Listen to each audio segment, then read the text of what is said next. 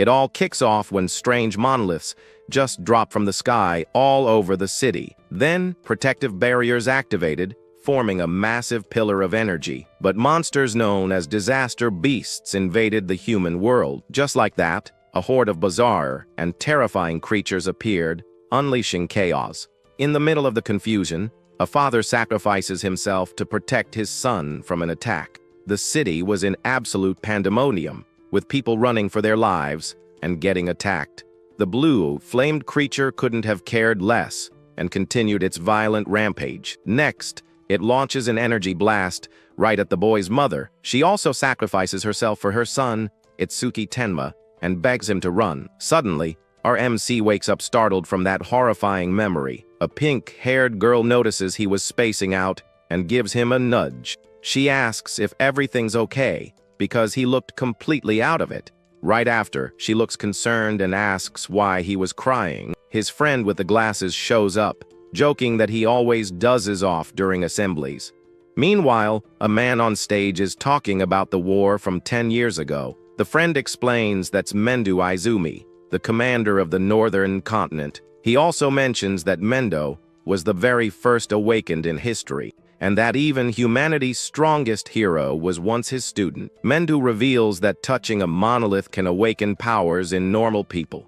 Finally, he says he's there to turn them all into awakened for the war. Immediately, a monolith shoots up from the ground, surrounded by golden energy. The students go absolutely wild at the chance to finally become awakened. Itsuki's friend is super hyped, but our hero looks dead serious. Then, our guy starts walking toward the stone, ignoring everyone around him. The pink-haired girl gets worried about his strange behavior. With a sinister look and glowing red eyes, he says the day has finally come. The crowd starts touching the stone, but nothing happens with the first student. Others comment that if even the record-breaking athlete couldn't do it, they don't stand a chance either.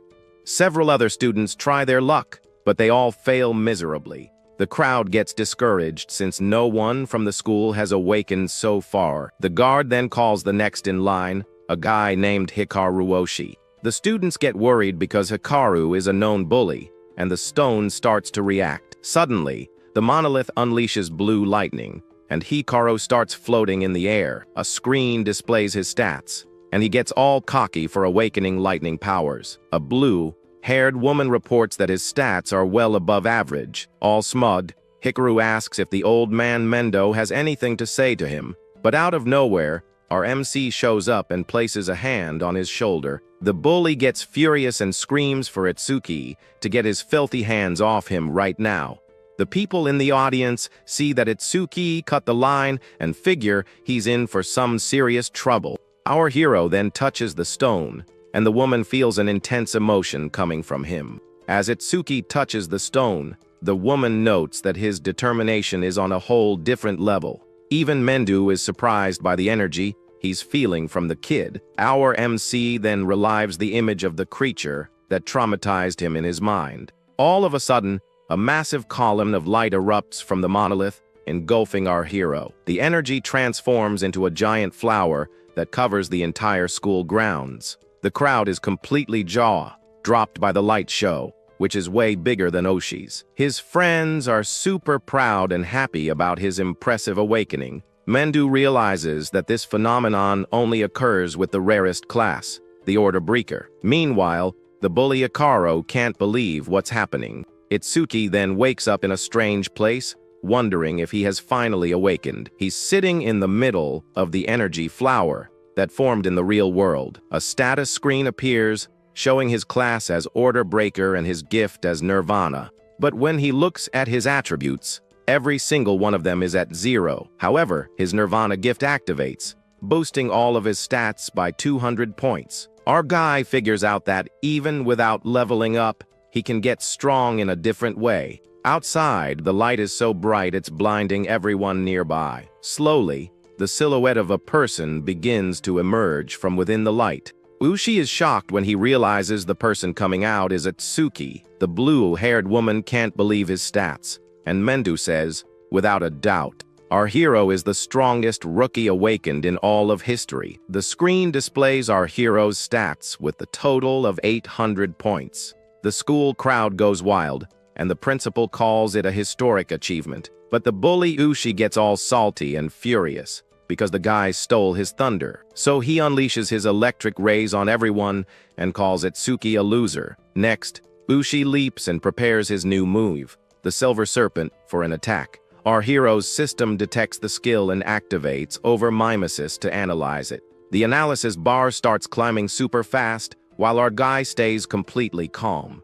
Suddenly, the lightning attack slams into the ground with full force, but doesn't hit anyone. Everyone's confused because they saw a flash, and then poof, Itsuki was just gone. Then, our MC appears behind Ushi, holding the bully's head. With a cold stare, he says Ushi is lucky to be human, otherwise, he'd be toast by now. The crowd just watches as the bully is paralyzed with fear while the analysis continues. With the analysis almost complete, our guy just stands there, chilling. Finally, the analysis hits 100%, and he learns Thunder Wave. Out of nowhere, a new flash appears, and some dude over there is thankful he's wearing sunglasses. The screen then shows that the analysis of the Silver Serpent was a complete success. Now, our MC is shrouded in blue lightning and looks even more powerful. Everyone is shocked because his lightning is brighter, and Ushi has no clue what's going on. His stats climb once again, and his total is now 840 points. Suddenly, the sky darkens,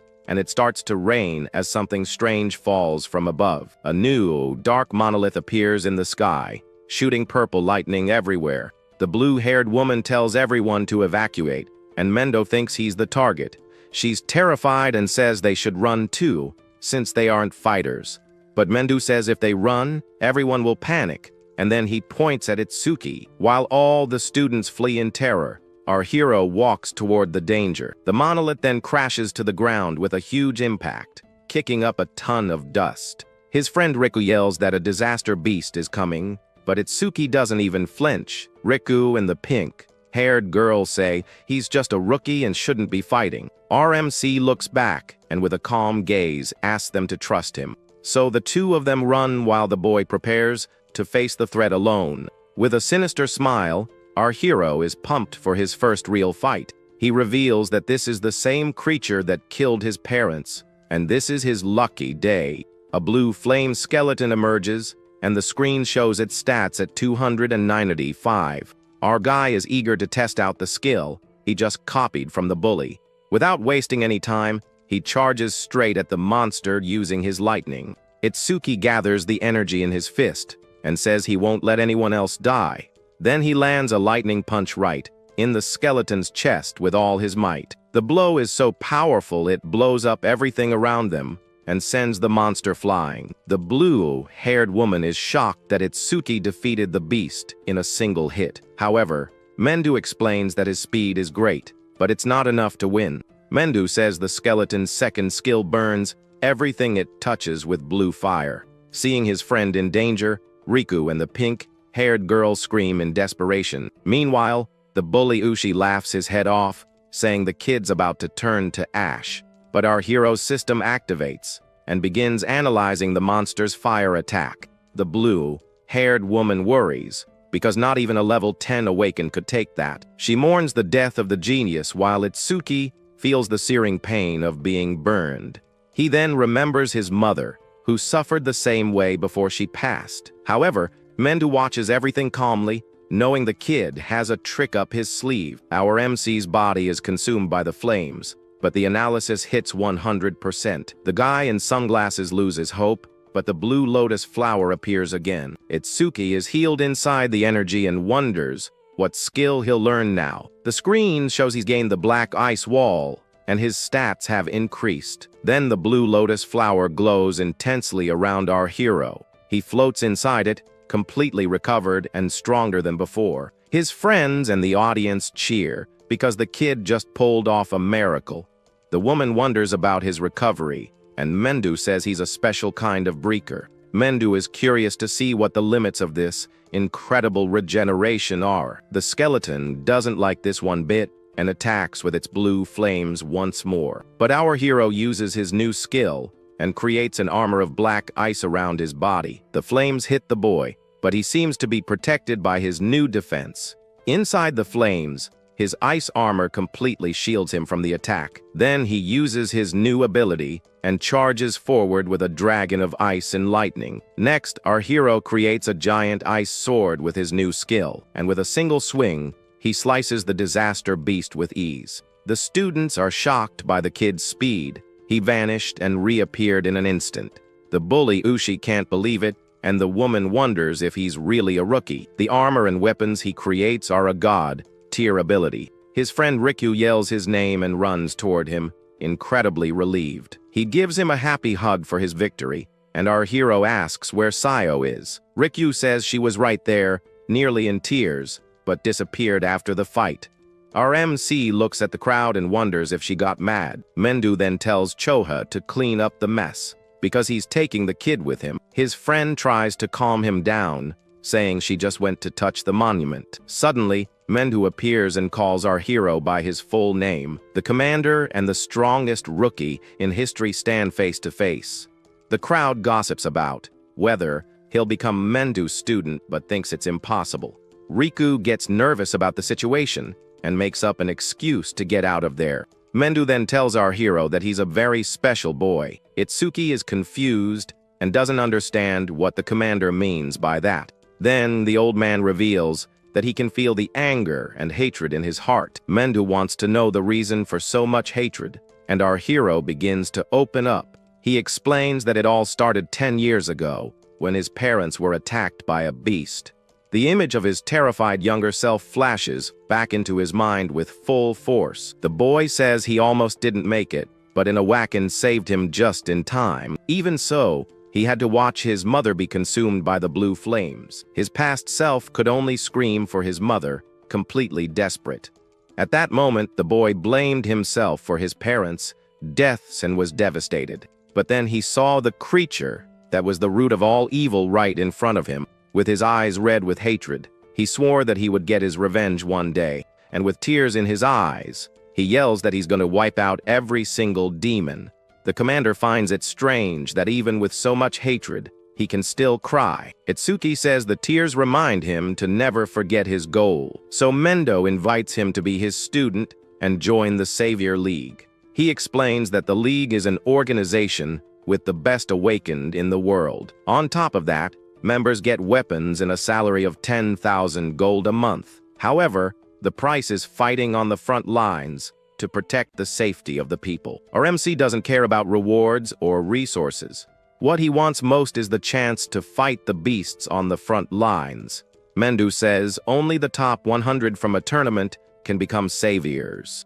Our guy then asks what the point record is so he can have a target.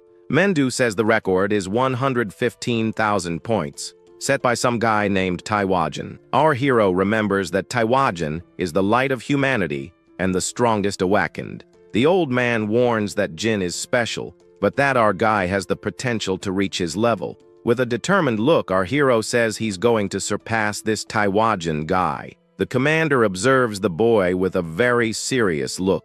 He thinks that the youth are following Itsuki, but that's not enough to win the war. The old man hopes that someone will surpass him, like a new sun rising on the horizon. Mendo then smiles, because the sun he had been waiting for has finally appeared. Our MC looks at a giant building and asks what it is. The commander explains that the monuments connect this world with the world of the beasts. So if they only kill the creatures and leave the stone, more of them will come. That's why the building serves to isolate the monuments and also as a training ground. Our guy asks if it's a training facility, and Mendu confirms it's a stage.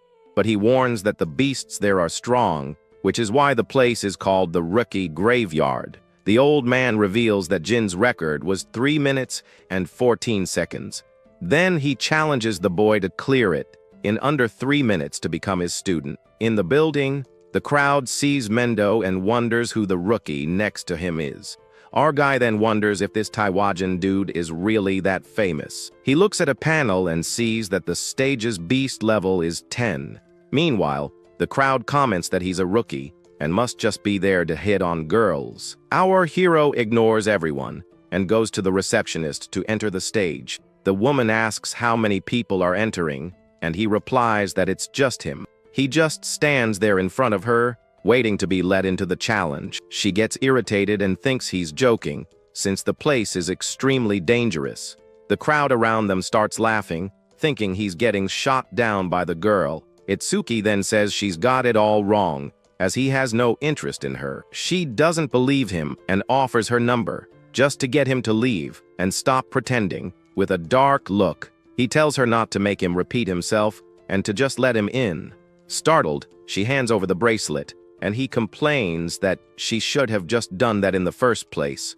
People call him an idiot for being level 0 and trying a level 10 stage. One of the guys there says that even with a special gift, his level is still way too low. Our MC then walks to the gate to scan his bracelet. His entry is approved, and the system grants access to awakened Itsuki Tenma. He gets ready and says the promise is to finish everything in under 3 minutes. Then, a timer on the screen starts counting up from 0, and just like that, our guy unleashes his power aura, his eyes glowing. Inside the stage, our hero runs toward a giant monolith. With a focused look, he braces himself as he senses something approaching. Then, a level 4 wooden creature appears and attacks him with everything it's got. But our guy summons an ice axe and counter, attacks instantly. He slices the monster in half and taunts the others that are nearby. Suddenly, a horde of identical creatures appears, surrounding our MC. Outside, Choa questions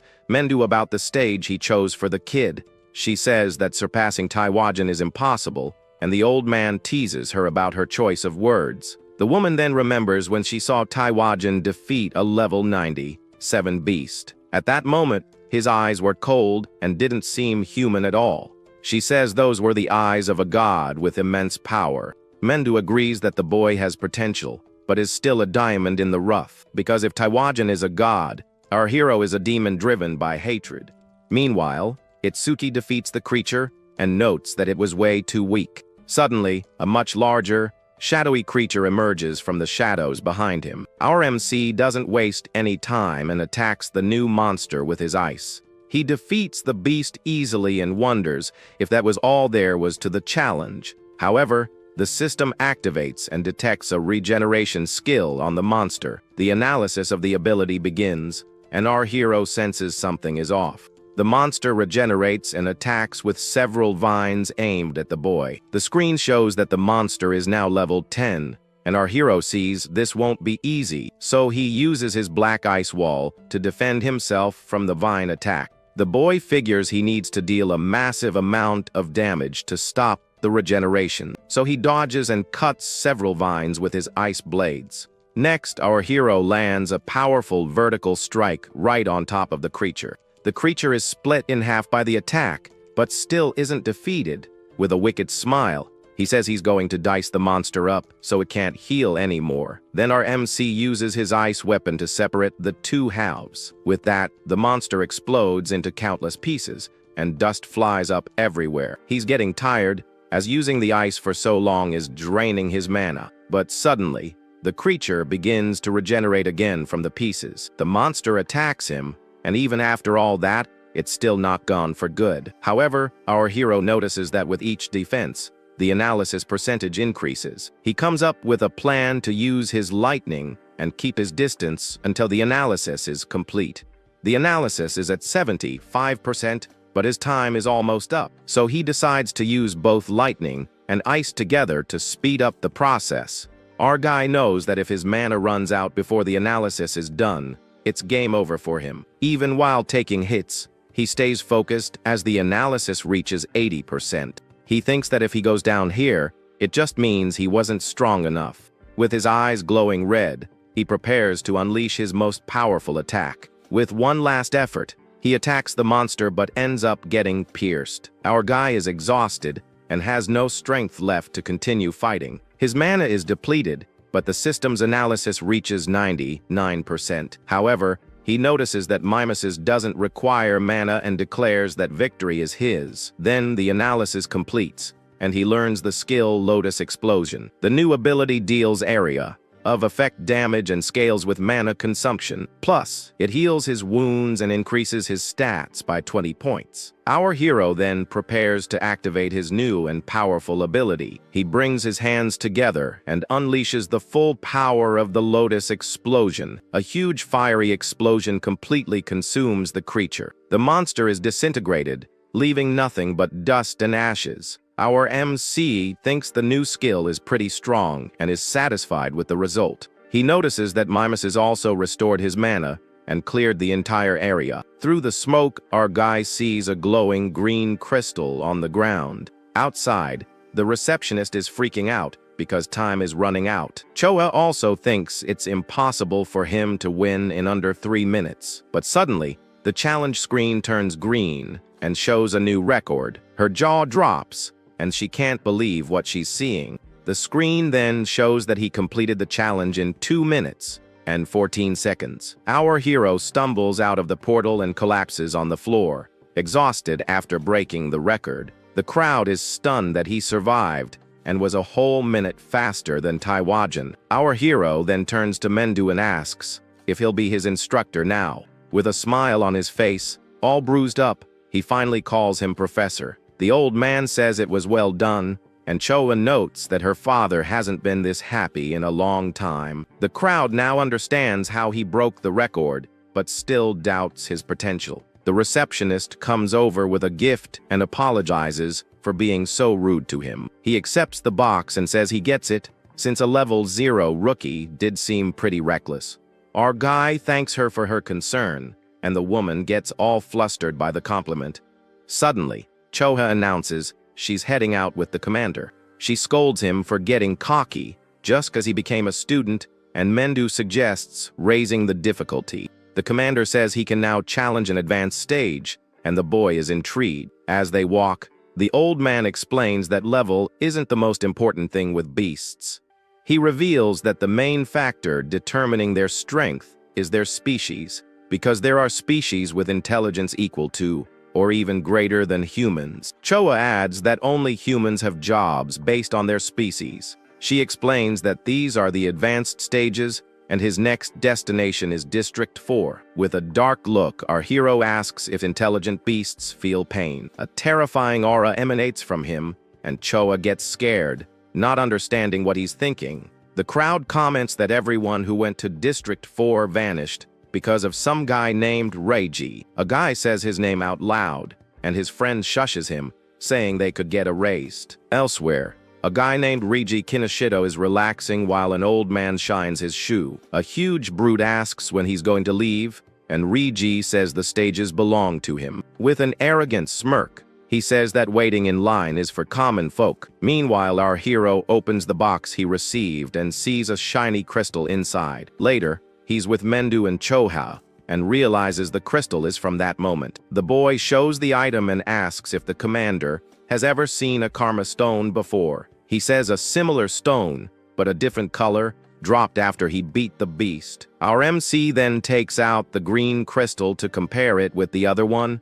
Choa is shocked because that's an intermediate karma stone. She explains that karma stones are also known as experience stones, because when a beast is defeated, it releases a substance called karma. This stone allows you to absorb karma to level up more easily, but she finds it strange, as these stones shouldn't form naturally. Mendu then says it was probably because of our guy's gift. He asks about the gift, and Choa confirms that the boy didn't level up. The commander explains that the karma wasn't absorbed, but it didn't just vanish either. So, he theorizes that the karma from the beast at the school was absorbed by those present. Choa understands that the creature's experience was split among all of them, but in the stage, the karma solidified because it had nowhere else to go. Choa then asks how his stats increase if he can't level up. Mendo then scolds Choa for the nosy question about his stats. He also announces he's leaving for a conference and that Choa will look after the boy. Then the old man gives 4 orders, like keeping everything a secret and clearing 6 stages. With a smile, our hero accepts the orders and says goodbye to his new master. In District 4, some guys in suits are blocking other Awaken from entering. 2 guys are furious and say, They're not going anywhere just because he's rich. One of them threatens to report everything to the guild, but a hulking brute emerges from the shadows. Suddenly, the big guy attacks one of the young men with a super fast punch. He continues the assault with a barrage of blows, giving the poor guy no chance to fight back. The brute finishes the attack with a powerful strike that sends the young man flying. His friend is shocked because his earth spike skill didn't even scratch him. The big guy uses an ability that makes his skin hard as metal and charges forward. The young man panics because his technique can pierce anything, but it didn't work. Without mercy, the brute grabs the young man by the neck and lifts him into the air. Then he slams him to the ground with force, leaving him out of commission. The crowd recognizes him as Takuruoga, one of Reiji Kineshita's 4 pillars. He then threatens anyone who tries to enter the stage without permission, and says that anyone who resists will meet the same fate as the 2 on the ground. His buddies in suits ask him not to go overboard with the students, but Takeru just grunts and drops the young man on the ground in disgust. Suddenly, our hero and Koa arrive and help one of the fallen guys. The crowd thinks he's in for it for being level 0 and ignoring the warning. Takeru gets furious and yells at the newbie to get out of there, or he'll get a beating too. Our guy understands that to get in, he has to defeat him, and Choa tries to intervene, but he stops her because his master told him to do what he believes is right. So our MC asked her to take care of the injured while he handles the situation. Takeru gets annoyed by the level 0 kid's audacity, and a red aura flares up. He boasts about being level 12 and having over 600 stat points. Even so, the brute gets tense from the pressure coming off our hero.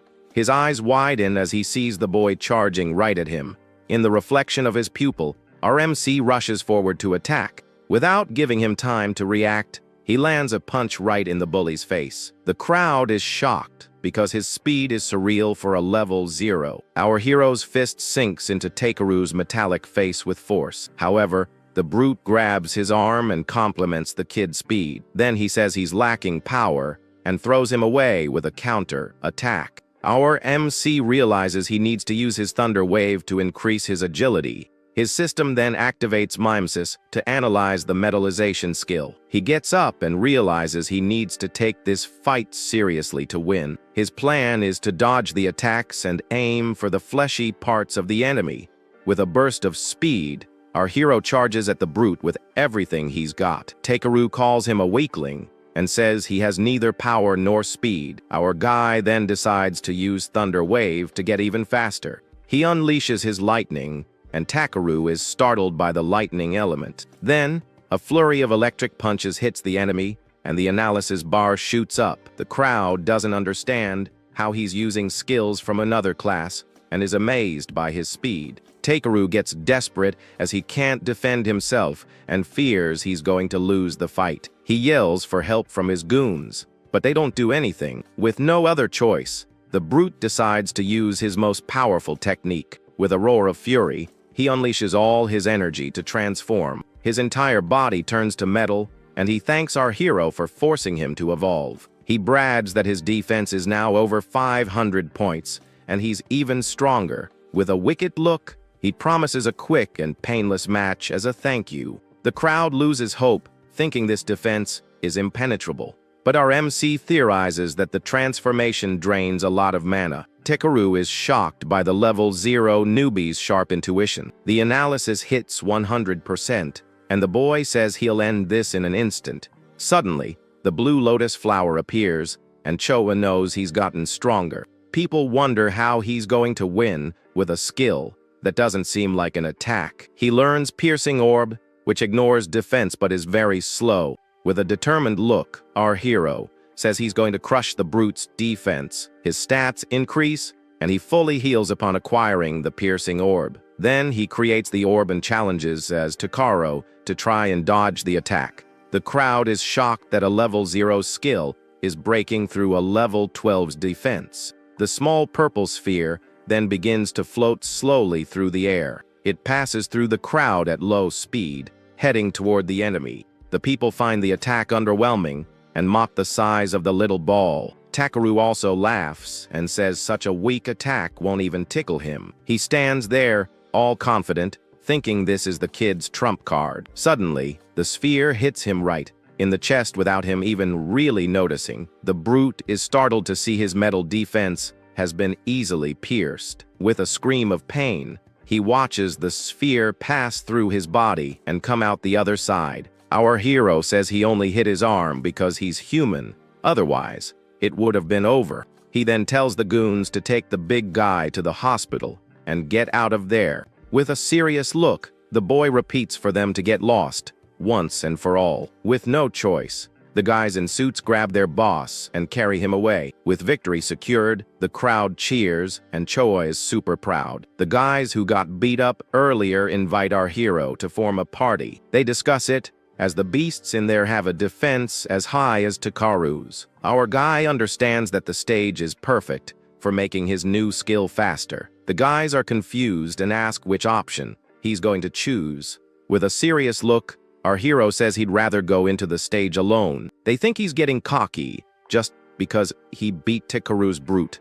Disappointed, the guy says he'll look for another group since he's not good enough. Choa worries about his mana, but our MC tells her not to worry. She gets all embarrassed and says she only asked so she wouldn't get an earful from her dad. Before leaving, Choa warns that the stone beasts travel in large groups. Our guy then enters the stage, and his entry is approved by the system. He's surprised because the number of monsters is much larger than he expected. Inside the stage, a horde of stone golems awaits him for battle. The screen shows the statues are level 9 and convert all their mana into defense. Our hero then prepares his piercing orb to test the skill's passive. He activates the ability, and a purple energy sphere appears in his hand. The sphere moves forward and hits one of the stone golems right in front of him. The monster is defeated, and the system informs him that the sphere's speed has increased. With a smile, he says he knew it,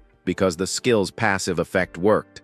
He's surrounded by more stone creatures, but doesn't seem worried in the slightest. With his lightning active, he says that slow targets are perfect for his new sphere. Our hero then defeats 2 more monsters, and his mana starts to get low. Only 3 enemies are left, and the stage boss still hasn't shown up. Our hero prepares to use his piercing orb and take out 2 at once. He then launches the attack with the rest of his mana, and the sphere flies quickly. Next, the boy takes advantage of the distraction to throw himself on the ground on purpose. With a wicked smile, he yells for the monsters to eat his attack. The purple energy hits one of the golems dead on and passes through its body. The system confirms that both were defeated, and the sphere's speed increases. Our MC falls to the ground, exhausted, as his mana is completely drained. He recovers and calculates that his sphere now travels at 5 meters per second. The screen shows that the skill's speed can increase by up to 500%, but suddenly, the ground trembles, and a giant foot stomps the earth in front of him. The impact kicks up a cloud of dust, and the boy is instantly on alert. Then the stage boss emerges and activates its gigantification skill. Its stats are level 15 with a total of 777 points. Our hero is shocked by its size and uses his lightning to increase his agility. He runs up the giant's body and wonders if his sphere can pierce it. With a plan in mind, he decides he's going to aim for the monster's head. Then our guy leaps toward the golem's face and finds an opening, but he realizes the sphere is too small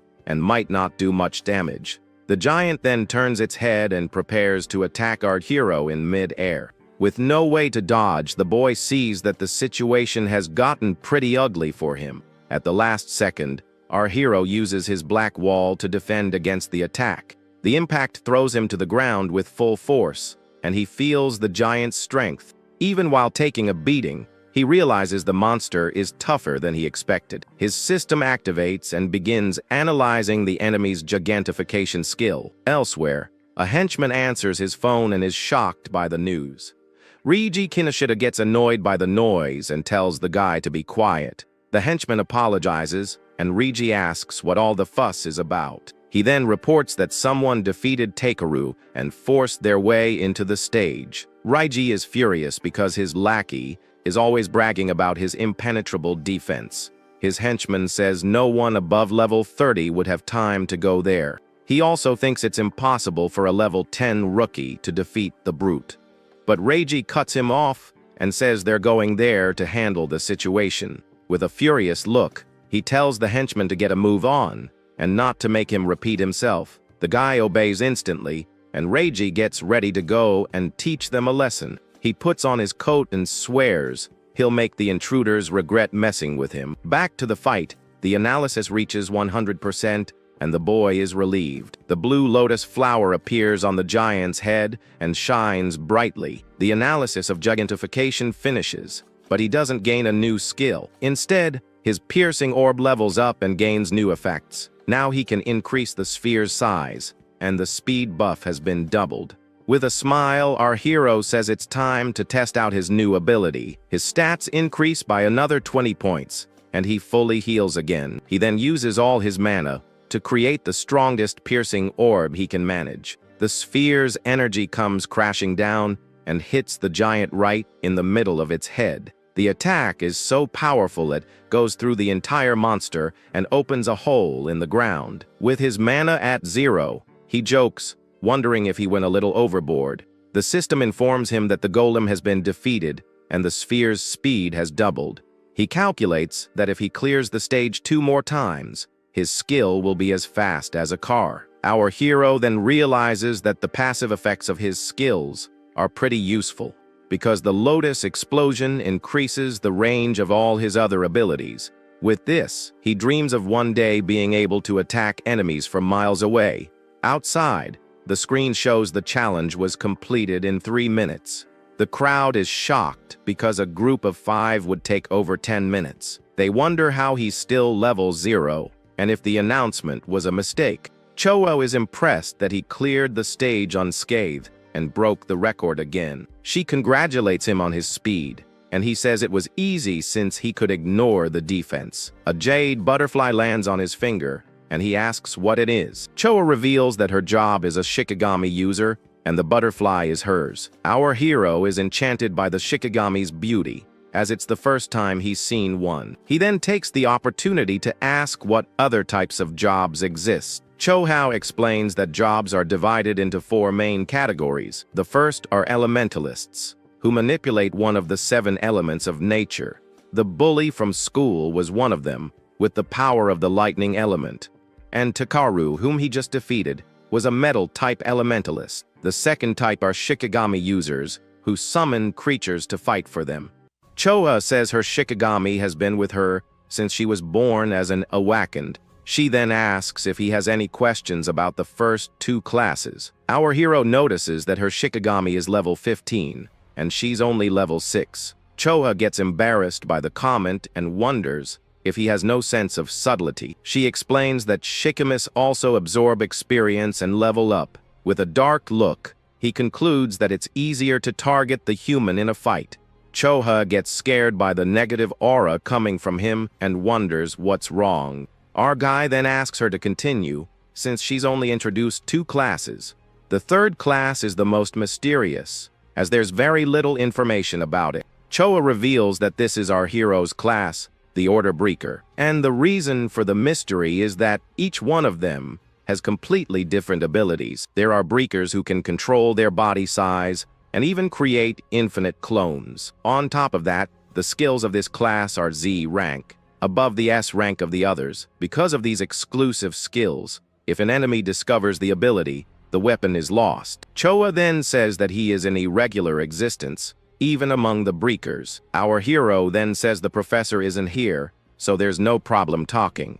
He asks about the last class, and Choa builds up the suspense before answering. With a smile, she says this is punishment for him not telling her anything about himself. He accepts it, and she changes the subject, saying the student he saved is fine. She asks what he's going to do now, and the boy says he wants to clear more stages. Choha warns him that stages have a cooldown time of at least 2 days. He's surprised and understands why that Kinoshita guy can monopolize the stages. Our MC then asks if there's a stage with lots of monsters for leveling up. With a mischievous smile, she says she knows the perfect place for him. She takes him to the Locust Desert, a place with over 1,000 monsters. Choha warns him that without an area of effect skill, it'll be tough, but he accepts the challenge.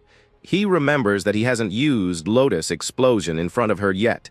Despite the warning, she's surprised by his confidence and lets him go. The people there think he's got a death wish and decide to leave. A while later, Raiji arrives at the location but doesn't find anyone there. His henchman says the target has already left and cleared the stage in 30 minutes. Raiji is furious because he feels like an idiot for being tricked. He then orders his henchman to call the hunting dog to track the mana. Filled with immense hatred, he vows to capture him alive to make him suffer. In an alley, the young man who got beat up before is hiding and regrets accepting the mission. The young man hides in the alley, thinking he managed to escape and is safe. But suddenly, a giant wolf with red eyes appears and attacks him. The creature bites down hard and lifts him into the air, with no chance to defend himself. The hunting dog appears and says, "It looks like the young man has something to say." The poor guy wonders how he was found,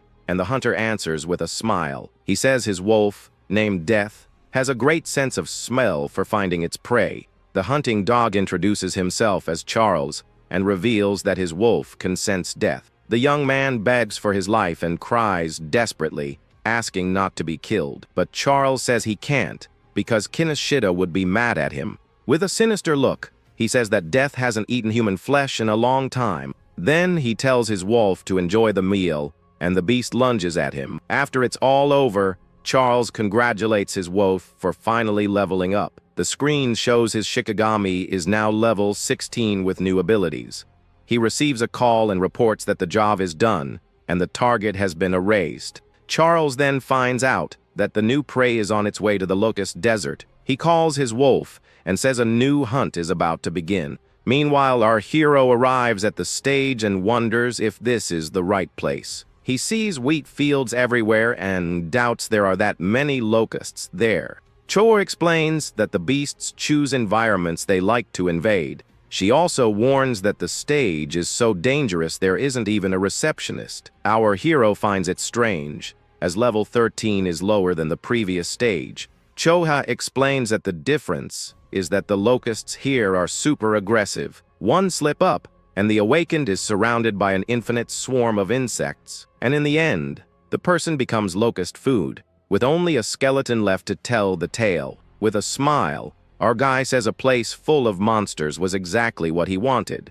He assures her he's not desperate to become insect food anytime soon. Choa sees his confidence and watches him enter the stage portal alone. She thinks that if he doesn't make it, it's not her fault since she told him everything she knew. But suddenly, the woman remembers she forgot to warn him about the infinite respawn. Desperate, she decides to enter the stage to warn him before it's too late. However, when she turns around, the hunting dog and his wolf appear in front of her. With a sinister smile, Charles says he's looking for someone there. Inside the stage, our hero complains about the mess and gets ready to fight. He calls out to the pests and says, "It's time to start the extermination." A scarecrow in the middle of the field attracts a swarm of giant locusts. The screen shows they are level 1 and 2 but meet the requirements. RMC sees the absurd number of insects flying in his direction, but for him, this is perfect, as it will make his job much easier. So he creates a fire lotus and prepares to use his area of effect skill. With his ice armor on, he waits for the insects to get close before attacking. With a shout, our hero activates his Lotus Explosion and unleashes the energy. A massive explosion sweeps across the field, defeating hundreds of locusts at once. He just stands there as the insects turn to dust, and the system confirms the kills. His skill now has a range of 10.5 meters and has already accumulated 110%. He calculates that if he defeats 100 per shot, he can increase his range by 1,000%. With his man almost full, he laments the cooldown time of the previous stage. Suddenly, he realizes the challenge success notification hasn't appeared. His system activates and begins analyzing a new skill called Matriarch's Will. Our MC wonders if there are any survivors left after the explosion. Then a new swarm of locusts emerges from the ground and charges toward him.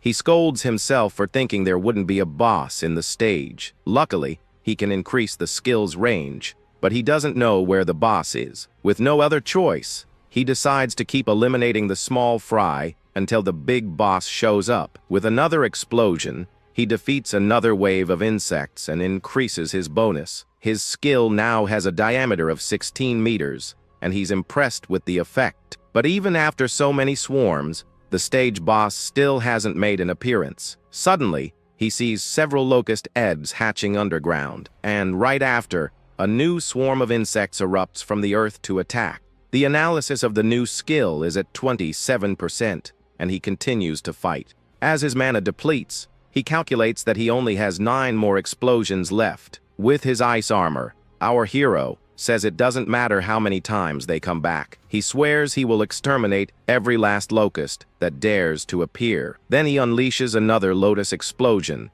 and defeats another swarm of insects. Several notifications pop up on the screen, confirming the monster eliminations. He keeps attacking, and the multiplier on his area of effect skill increases more and more. His lotus explosion now has a diameter of 54.5 meters. He's already defeated 9 waves of insects, but only has enough mana for 1 more attack. Even so, the locusts keep coming and seem to be endless. He gets frustrated because the stage boss still hasn't shown up for the fight. Our hero thinks about retreating but gives up on the idea, as that would be a loser's mentality. With a determined look, he says no matter how many come, he will finish them all. Then he launches his final lotus explosion and uses the rest of his mana. Exhausted, he kneels on the ground and realizes his energy is at its end. But to his surprise, the number of locusts hasn't decreased 1 bit. The skill analysis is at 91%, and he notices a pattern. Suddenly, he understands that the boss's ability is infinite procreation. The screen then shows the locust queen, who can lay eggs in massive quantities. He knows that if he doesn't kill the source, he'll be fighting forever until he drops. The analysis finally reaches 100%, and a blue sphere of energy appears. He learns the skill Mana Sense, which allows him to feel the flow of energy. With the new skill, he realizes his detection range exceeds 1,000 meters. With a smile, he says the passive is perfect for farming in this stage, but he decides to finish up quickly, as he doesn't want to keep Choha waiting for too long. His stats increase by another 10 points, and he fully recovers. The screen shows his total attributes are now at 1,120 points. Then he uses his Mana Sense to locate the stage boss. With the ability active, he finally finds the hidden Locust Queen. With his eyes glowing, he says he's found her and prepares to attack. He launches his piercing orb towards the queen with a confident smile. The purple sphere flies at high speed, and he yells that hiding is useless. With the Lotus passive, his sphere can now reach the target from 120 meters away. The attack hits the Locust Queen dead on, piercing her with no chance of defense. The monster tries to fight back, but our hero appears in front of it with his lightning. With a victorious smile, he says it's checkmate and prepares the final blow. He uses his ice blade and cuts the queen in half with a single strike. With the queen defeated, the locust swarm descends into total chaos. Our hero then says not to worry, because they're about to join their mommy. With his flames, he prepares to exterminate the rest of the swarm once and for all. His lotus explosion now has a radius of 65.5 meters. The screen shows that the range of his piercing orb has also increased to 131 meters. With a smile, our hero says the harvest was great, and he can't wait to come back. The screen then shows he broke the record with 17 minutes and 7 seconds. He thinks Chohao must be super worried, and that he's going to get an earful from her. Even so, he finds her serious side cute and steps out of the portal to apologize. But suddenly, his eye turns red, and he senses that something is very wrong. Outside, the hunting dog is holding Choa hostage by the neck. Charles says if she survived alone, then she must be the person Reiji is looking for. Our hero is furious and tells the hunter to get his filthy hands off her right now. The villain then laughs and calls him an arrogant rookie for being just a level 0. With his lightning active, Our MC charges at the enemy with everything he's got. Charles is startled by his speed and feels death approaching. But the wolf, Death, jumps in front and takes the lightning punch for its master. The system activates and begins analyzing the B-rank Shikigami Death Hound. Our guy understands that the guy in the hat is a Shikigami user like Choha. The analysis climbs to 12%, and Charles praises our hero's moves. He understands why Takeru lost but brags about having death and a hostage. Our hero yells Choha's name and stops his attack so he doesn't accidentally hurt her. The wolf takes the chance and lunges at our MC. Charles brags that his wolf's bite can crush any defense. He's then surprised because our hero doesn't defend himself and instead faces the beast. Our hero then uses his piercing orb and throws it right into the wolf's mouth. The purple energy blows the creature's head clean off in a brutal scene. The analysis shoots up to 77%, and the wolf falls to the ground, defeated. Charles is shocked and wonders if the newbie doesn't know the basics about Shikigamis. He then brags that his wolf, Death, has a respawn skill and is already coming back. With a wicked smile, he orders the creature to devour the boy at once. Our MC then activates his mana sense to predict the attacks. He dodges the wolf's bite, and the analysis continues to climb rapidly. His plan is to finish the copy without the blue lotus appearing and revealing his gift. Charles gets tense because he's fast and has a powerful detection skill. Unable to land a hit, the villain threatens Choha to make him stop fighting. Our guy gets worried because he needs time for the analysis to reach 100%. Finally, the copy is complete, and he learns the skill Shikigami Devourer. It allows him to control B, rank or lower Shikigamis just by touching them. His stats increase by another 20 points, but the healing effect fails. However, he doesn't care since he had already recovered from the previous challenge. The new ability allows him to steal the Shikigamis of other users. With a smile on his face, he gets ready to take the enemy's dog. With a blue aura, he dashes forward and places his hand on the wolf Death's head. Then he kicks it away, and the Shikigami begins to glow intensely. Charles gets mad at his useless wolf and complains about all the XP he spent on it. Then he threatens Choa again and says he'll break her neck if he resists. But the injured girl tells our hero not to worry about her. So our guy raises his hands in surrender and yells for him not to touch her. With a mocking smile, Charles says she wouldn't have gotten hurt if he had just obeyed. Our MC then asks why he's the target, as he doesn't remember having any beef. The hunter reveals he was sent by Reiji Kinoshita to capture him without permission. Our hero understands he needs to have a little chat with this Reiji guy. Charles then threatens him and tells his wolf to rip the boy's legs off without mercy. Without a second thought, the villain orders his dog Death to attack with all its might. He yells for the wolf to prove it's worthy of being his Shikigami once and for all. However, the dog Death now bears the lotus mark and bites its former master hard. With his speed,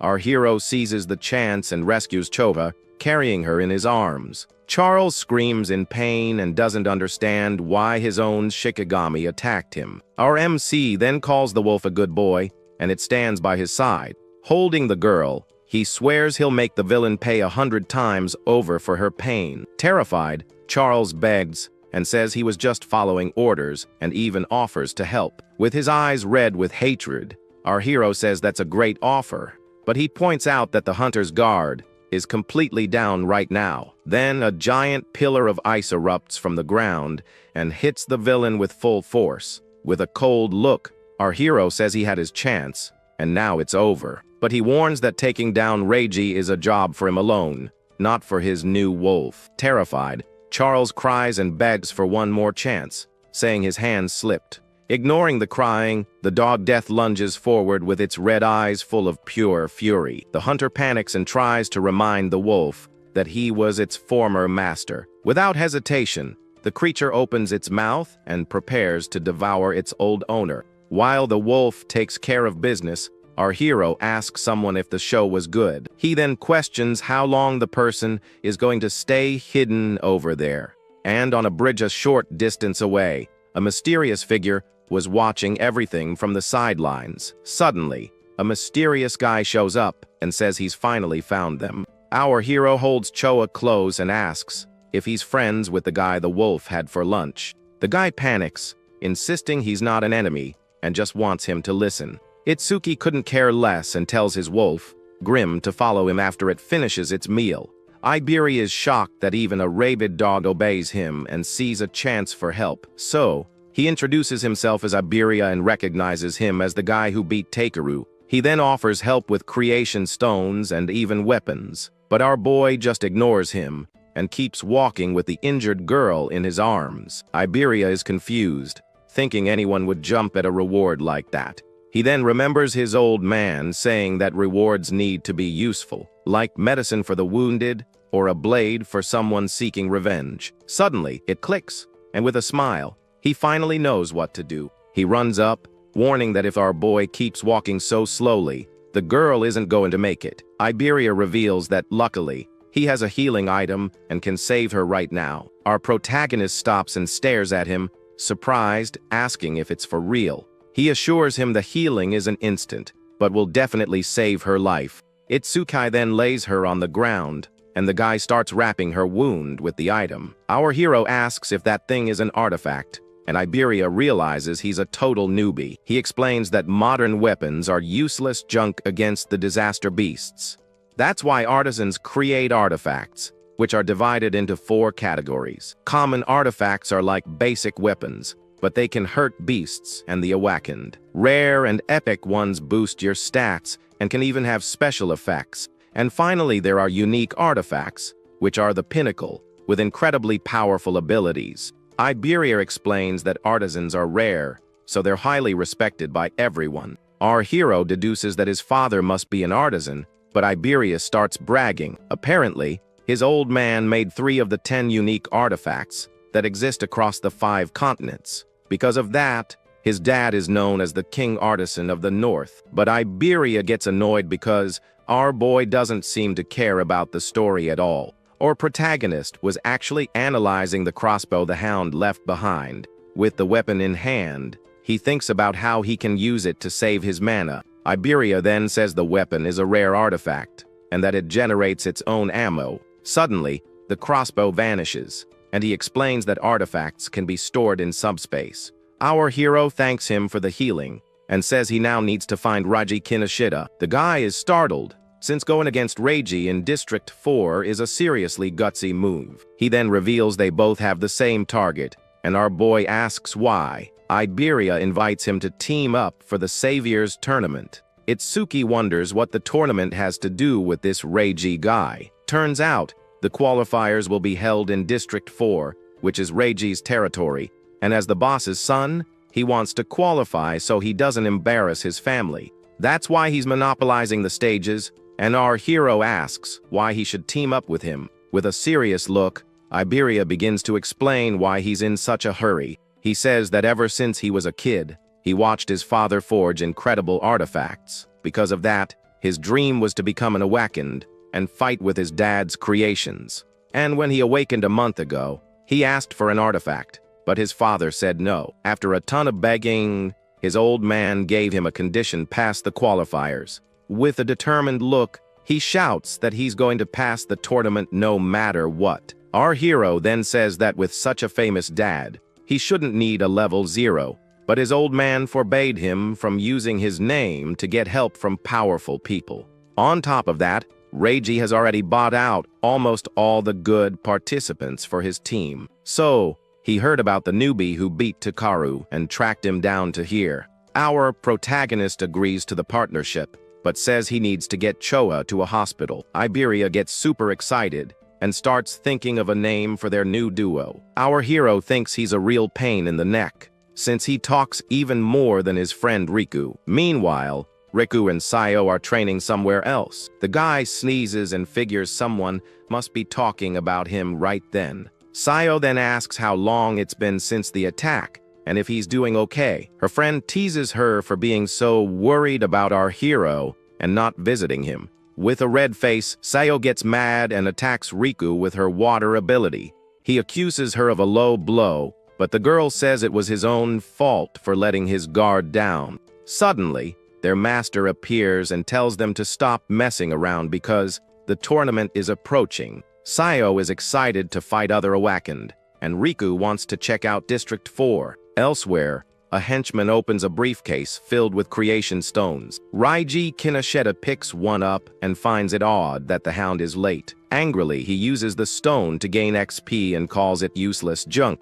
Then he tells them to forget about the hound, because the qualifiers are the priority. His goon reports that they've already recruited 887 participants. With a satisfied smile, Reiji says he's the only reliable guy he has. He then uses the last stone and finally manages to level up. Now at level 12, he gets ready to crush all these peasants. Outside a hospital, our hero stands before a mysterious figure. Our boy apologizes, saying it was his fault Choa got hurt like that. The figure then asks if he wants him to take care of the one responsible for everything. But with a determined look, our hero says that Reiji is his problem to deal with. The mysterious man agrees and asks him to fill him in on the details later. Iberi understands why our boy wasn't impressed by his father. The commander is his master. Later, our hero tells Choha that he's entering the tournament with Iberia. The girl says she's already recovered, thanks to her butterfly and the rare artifact. The mysterious man then recognizes the bandage and deduces that Iberia is Aiden's son. The guy is shocked that he knows about artifacts, and even his father. With a confident smile, he gets flustered and says that he's actually Aiden's father. The mysterious man tells him he's got it all backward, and Iberia's jaw drops. Completely embarrassed, he corrects himself and says that Aiden is, in fact, his father. The man thanks him for saving his daughter and says he'll visit him later. He then tells the two of them to get ready because he and Choha are going to watch the tournament. Excited, the boys say their goodbyes and promise they'll pass the qualifiers. Choa then comments that her father really seems to like our hero. Mendo reveals that because of his trauma, the boy has a strong self-destructive streak. But that impulse gets weaker when he has someone nearby to protect. That's why the commander placed his own daughter by our protagonist's side. Her mission is to become the person he wants to protect, and also his weakness. He then reveals that the attack at the school wasn't an accident, but was planned. The future of humanity is bleak, as the number of traitors is on the rise. However, he believes that our hero will definitely brighten that future, and that one day, he will become the true beacon of hope for everyone. The next day, the Saviors tournament finally kicks off in District 4. The crowd is blown away by the number of people, as the turnout suddenly doubled. Raiji is furious because Old Man Mendo's visit ruined all his plans. Riku and Sayo see Reiji's allies wearing red armbands and wonder if it's a new trend. A man named Soryu Fujiwara then takes the stage and starts explaining the rules. The arena is split into two areas, and each team starts at a different point. Fujiwara explains that the first phase is a race to the inner area. Everyone's bracelet will record their time and their placement in the rankings. Riku thinks the rule is pretty brutal, since thousands of people are going to be eliminated. Iberia then points to a big screen, and the announcer says they can bring 2 tools. Meanwhile, Raiji Kinoshita orders his goons to sabotage anyone who gets in front of him. Iberia comes up with a plan to get into the inner area and catch Reiji by surprise. But suddenly, the guy's jaw drops because our hero didn't hear a word. Our protagonist simply walked up to Reiji's group and stared them down. Without a care in the world, the announcer finally declares the start of the first stage. Fujiwara is happy to see so many young people, but he knows quantity isn't quality. A guy named Sho Heighten says that back in the day, there were people over level 15. But actually in his year it was just him and the famous Jin Taiwa who participated. Shu finds it all a bore without a rookie like Taiwa, and Fujiwara says geniuses are rare. Then he asks about Mendo's new student who defeated a skeleton. The commander, who was there in disguise, confirms that the rumor is true. Shu gets super excited to meet the new prodigy and asks where he is. Fujiwara then starts searching for the kid on his tablet to find out. He dismisses Riku because his metal gift is mediocre, and he's only level 10. Sayo isn't the one either, since she's a support elementalist. So he figures the student must be some girl named Hana Hanyu with an abnormal level of 16. Fujiwara finds it strange that Hana has the highest level, but Mendu doesn't seem to care. Shu then asks if any level 0s are participating, and he confirms that there is one. Meanwhile, Riji and his goons are mocking our hero for being a level 0. With a cold gaze, our protagonist summons his crossbow and stares everyone down. Riji then recognizes him and asks with a smirk who the heck he is. Our hero then says that the villain has been looking all over for him. Riji can't believe that a piece of level 0 trash defeated his henchman, Takaro. So he orders his lackeys to grab the kid and make him regret it. Without wasting a second, Riji unleashes his lightning and says he doesn't have time to waste. On the other side, Shohiten sees the group and realizes the fight is going to be a blowout. He tells the goons to surrender, saying they might spare their lives. Iberia gets tense, because even if he takes one down, it's impossible to beat the rest. With no other choice, he decides to use his secret trump card to help with the fight. One of Reiji's goons approaches and mocks our hero for being a level 0. With a cold look, our protagonist simply tells the guy to get out of his way. The goon is shocked by the kid's audacity and starts laughing his head off. But Shu likes his personality and says he'll save him if he's about to kick the bucket. The goon then charges forward, saying he's going to crack his head open to see what's inside. Our hero just smirks and braces for the enemy's imminent attack. Then he lands a solid punch right in the goon's face, sending him flying. With a cold glare, our hero repeats himself, "Get out of his way." Shu is stunned. He just defeated an enemy 7 levels stronger with a single blow. The other goons can't believe it and think he just caught the guy off guard. One of them then uses his fire skill, vowing to turn the kid into charcoal. The fireball speeds forward, and Iberia panics because he doesn't have time to use his artifact. The crowd thinks it's overkill to use such a strong attack against a mere level 0. But suddenly, one of the goons notices that something is very wrong here. Our hero then uses his black ice wall and defends against the attack. Iberia is impressed. He managed to block the fiery explosion. With a serious look, our protagonist tells the guy to stay away from him. His system informs him that his defense increased by 10% and his stats went up. He wants to test if the skill's passive activates by blocking the same attack twice. The goon is shocked because he's not a water elementalist, so he shouldn't be using ice. Our hero then challenges him to attack again, promising he won't defend himself. The enemy accepts the challenge and prepares to use his strongest move. With all his mana, he launches an even bigger wave of fire toward the boy. Our protagonist sees the attack and realizes that even though it's stronger, it's still just fire. The goons think that with this much power, he could rival a level 8. With not a drop of mana left, the enemy says the game is over for good. Suddenly, he sees something strange and yells that it's just impossible. With a cold stare, our hero asks if the goon really thinks he can escape. Another enemy then attacks him from behind, holding him with all his strength. Our boy doesn't even flinch and just stares at him with his black ice armor. The brute gets angry and says that if speed is his thing, then strength is his. The screen shows that the defense bonus was only 3%, not 34%. Our hero then understands that the ice passive doesn't stack against the same target. The goon comes up with a plan to drain his mana and leave him without his ice defense. Meanwhile, our protagonist realizes that Thunder Wave has the same limitation. Without wasting time, the brute attacks with a barrage of fireballs. A huge explosion happens, kicking up a ton of dust and smoke everywhere. Raiji sees that his 2 lackeys have been defeated and tells everyone to run. With an aura of lightning, our hero wonders who this guy really is. He then attacks the brute with his ice arm and ends his suffering. The enemy can't believe his attack was blocked and notices the ice's weakness. Our protagonist then vanishes and reappears in front of him in the blink of an eye. Iberia watches from a distance and sees that all the goons have been knocked out. With his test complete, our hero says it's time to end this party. He then activates his black ice wall to absorb the fireballs. His system absorbs the lightning skills, and his stats increase once again. Raiji then joins another goon and uses the skill Silver Serpent. With a smile, Iberia says he thought the fight would be tough, but the kid is strong.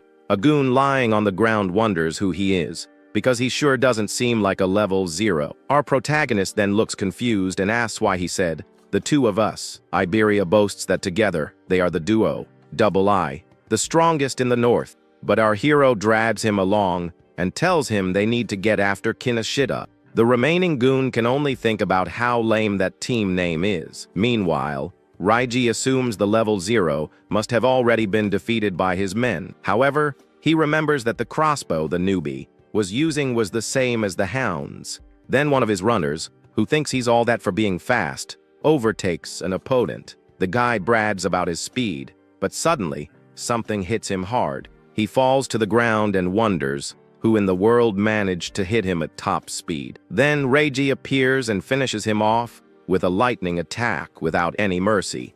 The villain says that's what happens when someone runs ahead of him. He then tells his goons to regroup for the second stage. From the VIP box, a woman with glasses wonders about the arrogance of Genkai's son.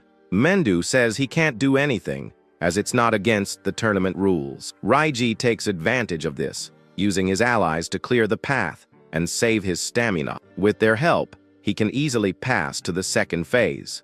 Arriving at the inner area, he boasts about how surprisingly easy it all was. But suddenly, a blue bolt of lightning flashes, and someone screams his name with fury. Raiji jumps at the voice that shouted his name in the middle of the arena.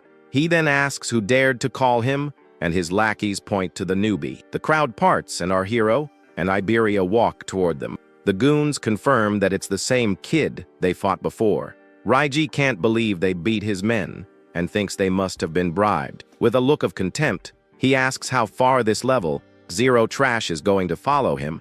Our boy says he's not going anywhere until they settle things, but Raiji says he's busy and will leave some guys to keep them company. Then, the villain orders his army of goons to attack the duo with everything they've got. The lackeys get ready to teach the rude kid some manners. Iberia is terrified when he sees there are at least 100 enemies in front of him. However, our protagonist calmly just asks him to cover his ears. Suddenly, a massive wave of lightning erupts from our hero, hitting everyone. Raiji just watches the scene with a serious look, showing no reaction. The electric attack is so powerful it sends all the goons flying. Both Raiji and Iberia are completely stunned by the power of that ability. Our boy then says his last words weren't properly understood. With a cold stare, he repeats that Raiji isn't going anywhere until they settle their score. Meanwhile, Riku and Sayo arrive in the inner area,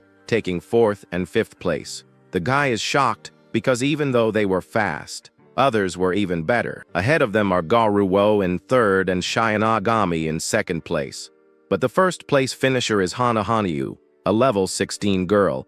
Sayo and Riku start worrying about Itsuki, but suddenly they see someone flying through the air. The pink-haired girl's jaw drops at the unexpected sight. Right after, Iberia crashes hard onto the ground, landing in 6th place. All busted up on the floor, all he can do is scream our hero's name. His friends hear the scream and wonder if they really heard Itsuki's name. Riku then recognizes his friend's silhouette and says there's no doubt about it. With a serious look, our boy stares down Raiji and says he's not going anywhere. From the VIP box, Fujiwara wonders why the rookie is so obsessed with Raiji. Mendu then asks Heighten to help the boy out if he runs into trouble. Heighten is impressed by the speed and wonders if he could ever be that fast. One of Reiji's goons gets ticked off and tells our hero to get ready. He says this isn't a battle, but the execution of our main character. In other words, it's a 100 against 1 beatdown to take the kid out. Our hero then reveals that his revenge is the top priority right now. Raiji flies into a rage, and with his red eyes, he orders everyone to attack. Then all the henchmen charge towards our hero at once. One of the goons rushes forward with his fire punch, swearing our hero's head is his. But our boy catches the flaming fist with his bare hand, leaving the enemy in shock. He then throws him over his shoulder with incredible strength. The goon lands headfirst on the ground and is defeated in a single move. The others are terrified, wondering how he lost to a level 0. With a calm expression, our hero accepts the challenge, and the system activates. He then says it's time to end this nonsense, and activates his lotus. A massive fire explosion consumes all the henchmen at once. The wave of flames sweeps across the arena, sending everyone flying. His friends are stunned, wondering if that was really Itsuki's skill. The other competitors are also shocked by the power of the explosion. Even the first-place finisher Hanahanyu watches the scene in silence. In the VIP box, Fujiwara can't believe a level 0 did that and used skills from another class. Choa now understands his confidence back in the desert. He had an area of effect skill. Our hero then reveals he only used 30% of his power, so he wouldn't wipe anyone out. He stands amidst the smoke with all the fallen henchmen around him. With his eyes glowing blue, he glares at Reiji and says, "Now, it's just you." Reiji is terrified, unable to believe he defeated over 100 people. Our protagonist then says he's going to return all the pain his friend felt.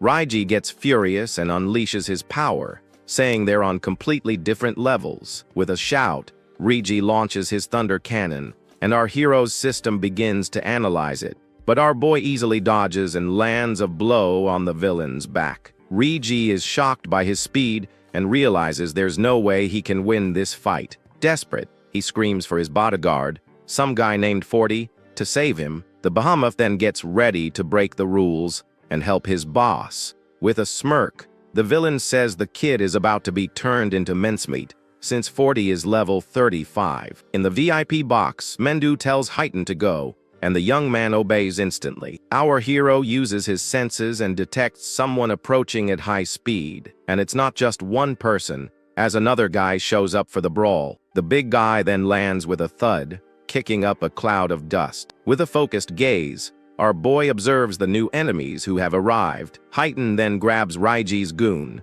and tells our hero to continue what he was doing. With a look of pure hatred, our protagonist says the villain's lifeline has just run out. Terrified, Reiji tries to use his family's name to intimidate the kid, but with a furious roar, he gets slammed to the ground and is knocked out cold. With the villain defeated, our hero says that was for Ajaha. From the VIP box, a girl with glasses blushes at the boy's victory. Fujiwara finds it odd and asks why she's looking in that direction. Our protagonist then purposely pauses the analysis at 99%.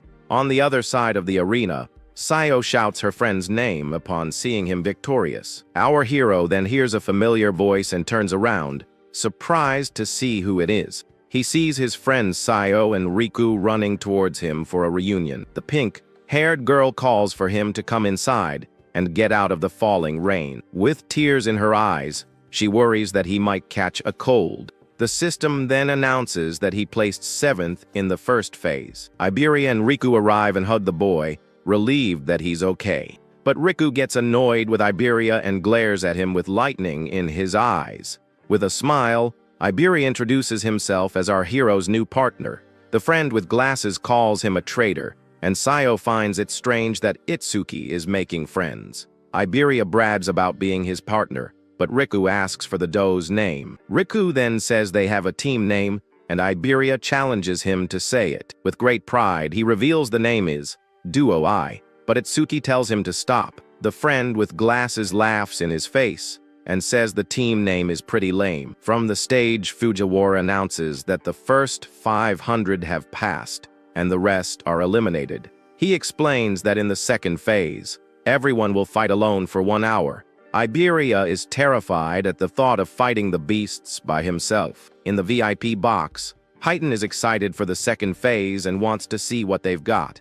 The screen shows the top 7 finishers from the first phase of the tournament. Next, the gigantic arena for the second phase is revealed to everyone. The group then gets ready and walks towards the entrance of the new challenge.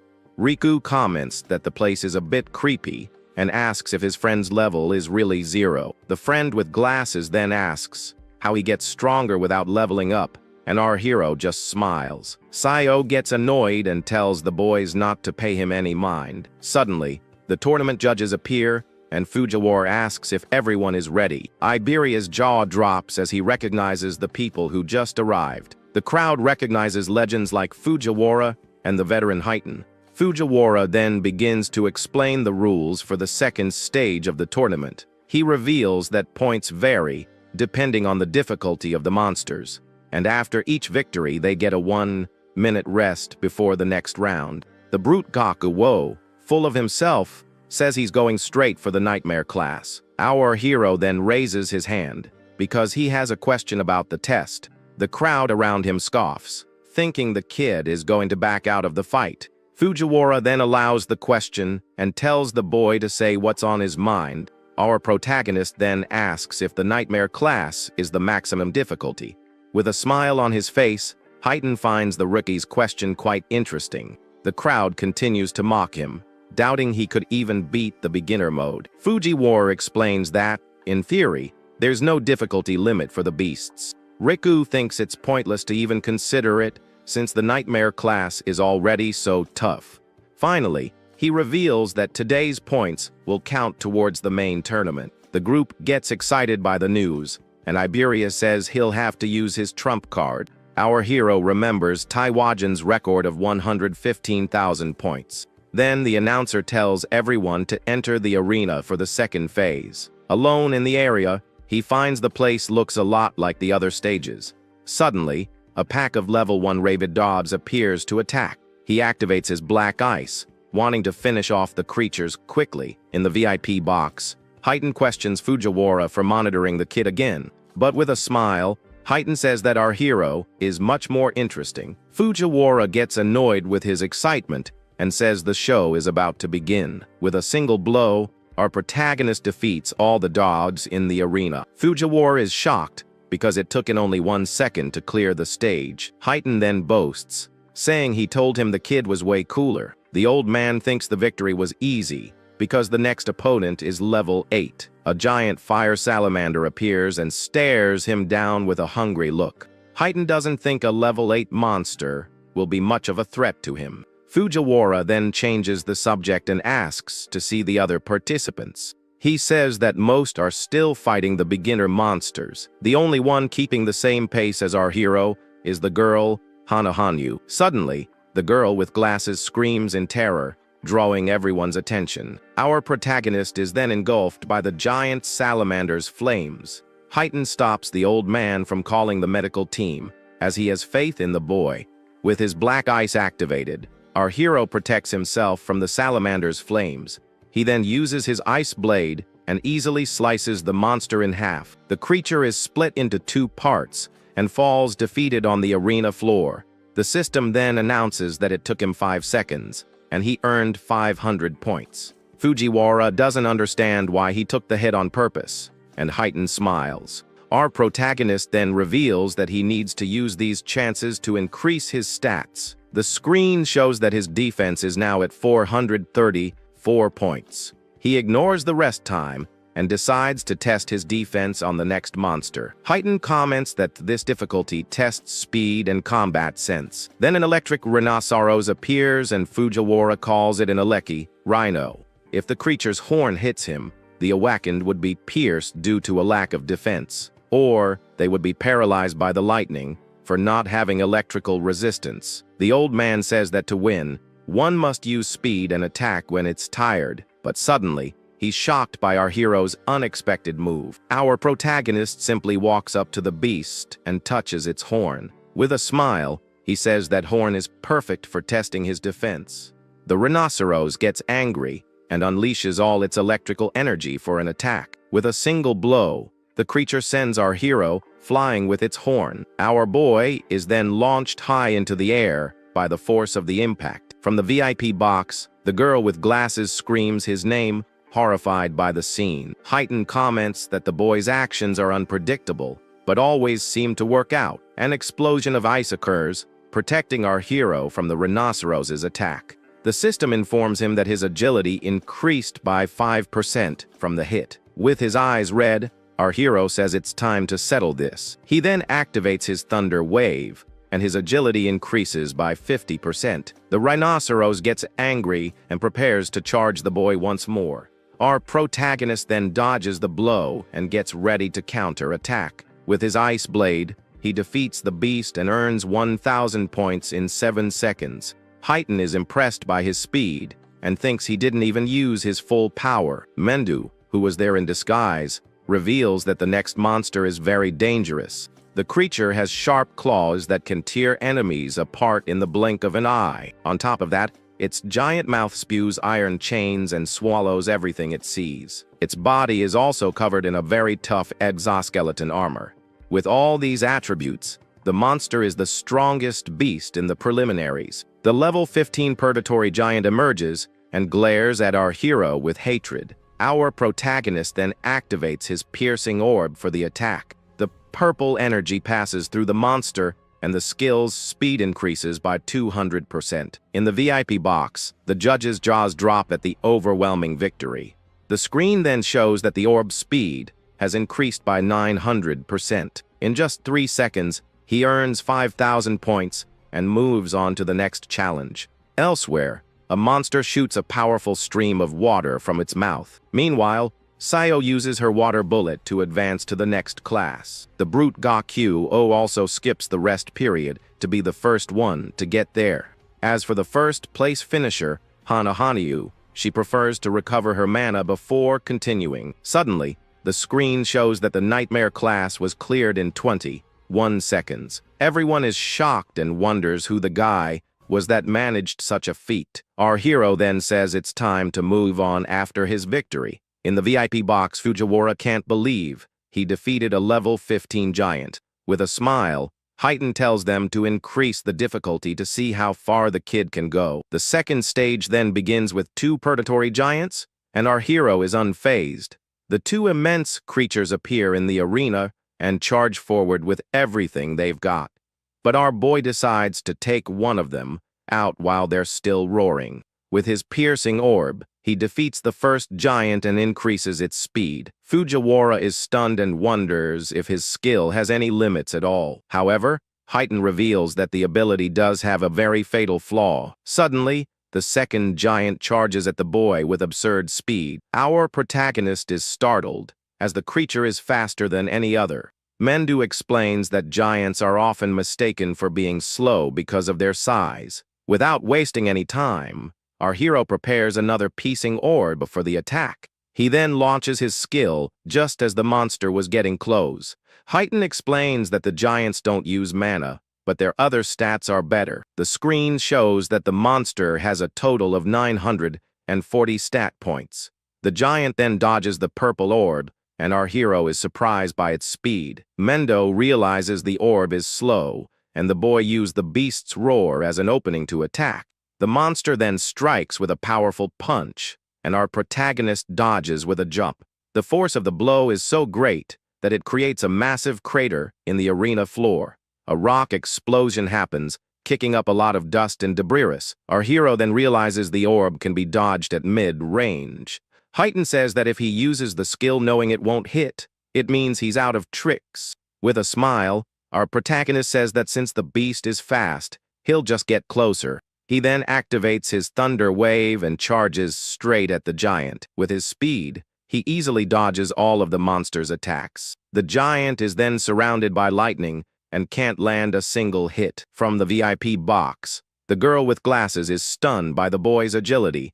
Fujiwara panics because the attack is much stronger than the rhino's. However, Mendu stops him from calling the rescue team and tells him to wait. Heighten agrees, saying the power is great, but it's useless if it doesn't hit. The giant's fist then stops just inches from the ground, missing its target. The creature kneels, defeated, and can no longer move to fight. With a smirk, the monster looks at our hero and beckons him to come closer. The giant then turns its head, surprised by our hero's audacity. With a jump, our protagonist lands the piercing orb right on the beast's head. With his lightning active, he prepares the final blow to end the fight.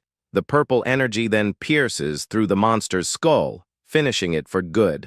The system reports that the orb's speed increased by 1,300%. With the victory, he earns 10,000 points in just 12 seconds of fighting. In the VIP box, the girl with glasses shouts his name, thrilled with the victory. Fujiwara finds her excitement strange and says it's rare to see her so animated. All embarrassed, she makes up an excuse, saying she was just cheering. Mendu then gets a bit awkward at the scene and says she's become more talkative. Heighten then asks why the boy dodged the giant's attacks. He explains that our hero's normal speed is similar to the monster's, but when he activates his electricity, his speed increases dramatically, and with that, the giant's attacks can no longer hit him. Fujiwara says that even so, he's already secured first place with his points, but to surpass the strongest man, our hero can't stop here. With a determined look, he shouts that he can't stop, not even for a second. The third stage begins, and now there are 3 purgatory giants to face. With his purple orb, he defeats the first monster in a single shot. Heighten then smiles, because the boy chose to continue, and he expected nothing less. Fujiwara remembers that Heighten made it all the way to stage 4 in one go back in the day. The old man then wonders how our hero will fare, since Heighten's limit was stage 3. One of the giants then attacks with full force, and our hero prepares to dodge. With his speed, he dodges the punch, and the monster smashes the ground. He uses his thunder wave and closes in to attack the second giant. With his piercing orb, he defeats the second one and increases the speed. Our protagonist then says that for the third one, he'll use a different strategy. He then throws himself forward and is swallowed by the last giant in the arena. The monster clamps its mouth shut, thinking it has won. The creature then celebrates, thinking it has finally defeated its enemy. With his red eyes, our hero says he's going to tear it apart from the inside out. A massive fire explosion occurs, completely consuming the giant. The system reports that the skill's range increased by over 1,100%. With the victory, he earns 15,000 points in 13 seconds of fighting. From the VIP box, Fujiwara is shocked because the boy used the same skill from the first phase. The fiery explosion sweeps the arena, leaving nothing of the last giant. Our hero is then exhausted, as his mana has completely run out, but he knows his skill's passive will recover his energy quickly. The fourth stage begins, and now there are 4 giants for him to face at once. Heighten says that if he passes this stage, he will surpass even his younger self. Heighten is anxious and wants to see how far the kid can go in this fight. Our hero realizes that as the orb's speed increases, so does its accuracy. With a few more boosts, he'll be able to hit the creatures from a distance, but he knows his mana is limited, and he can't afford to miss a single shot. Suddenly, one of the giants spews chains from its mouth and traps him.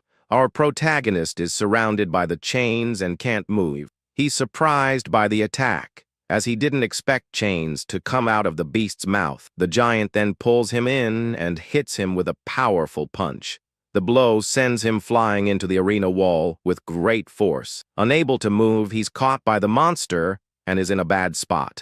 The giant then squeezes him with its claws, preparing for the final blow. Under the pressure, our hero's body begins to be crushed by the grip. The force is so great that the giant manages to punch a hole in the arena. Our protagonist then falls to the ground, all beaten up and with no strength left. Desperate, Fujiwara tells Heighten to help him before it's too late. Heighten wonders if this is the end of the line for our protagonist. He then remembers when he too was defeated in one of his fights.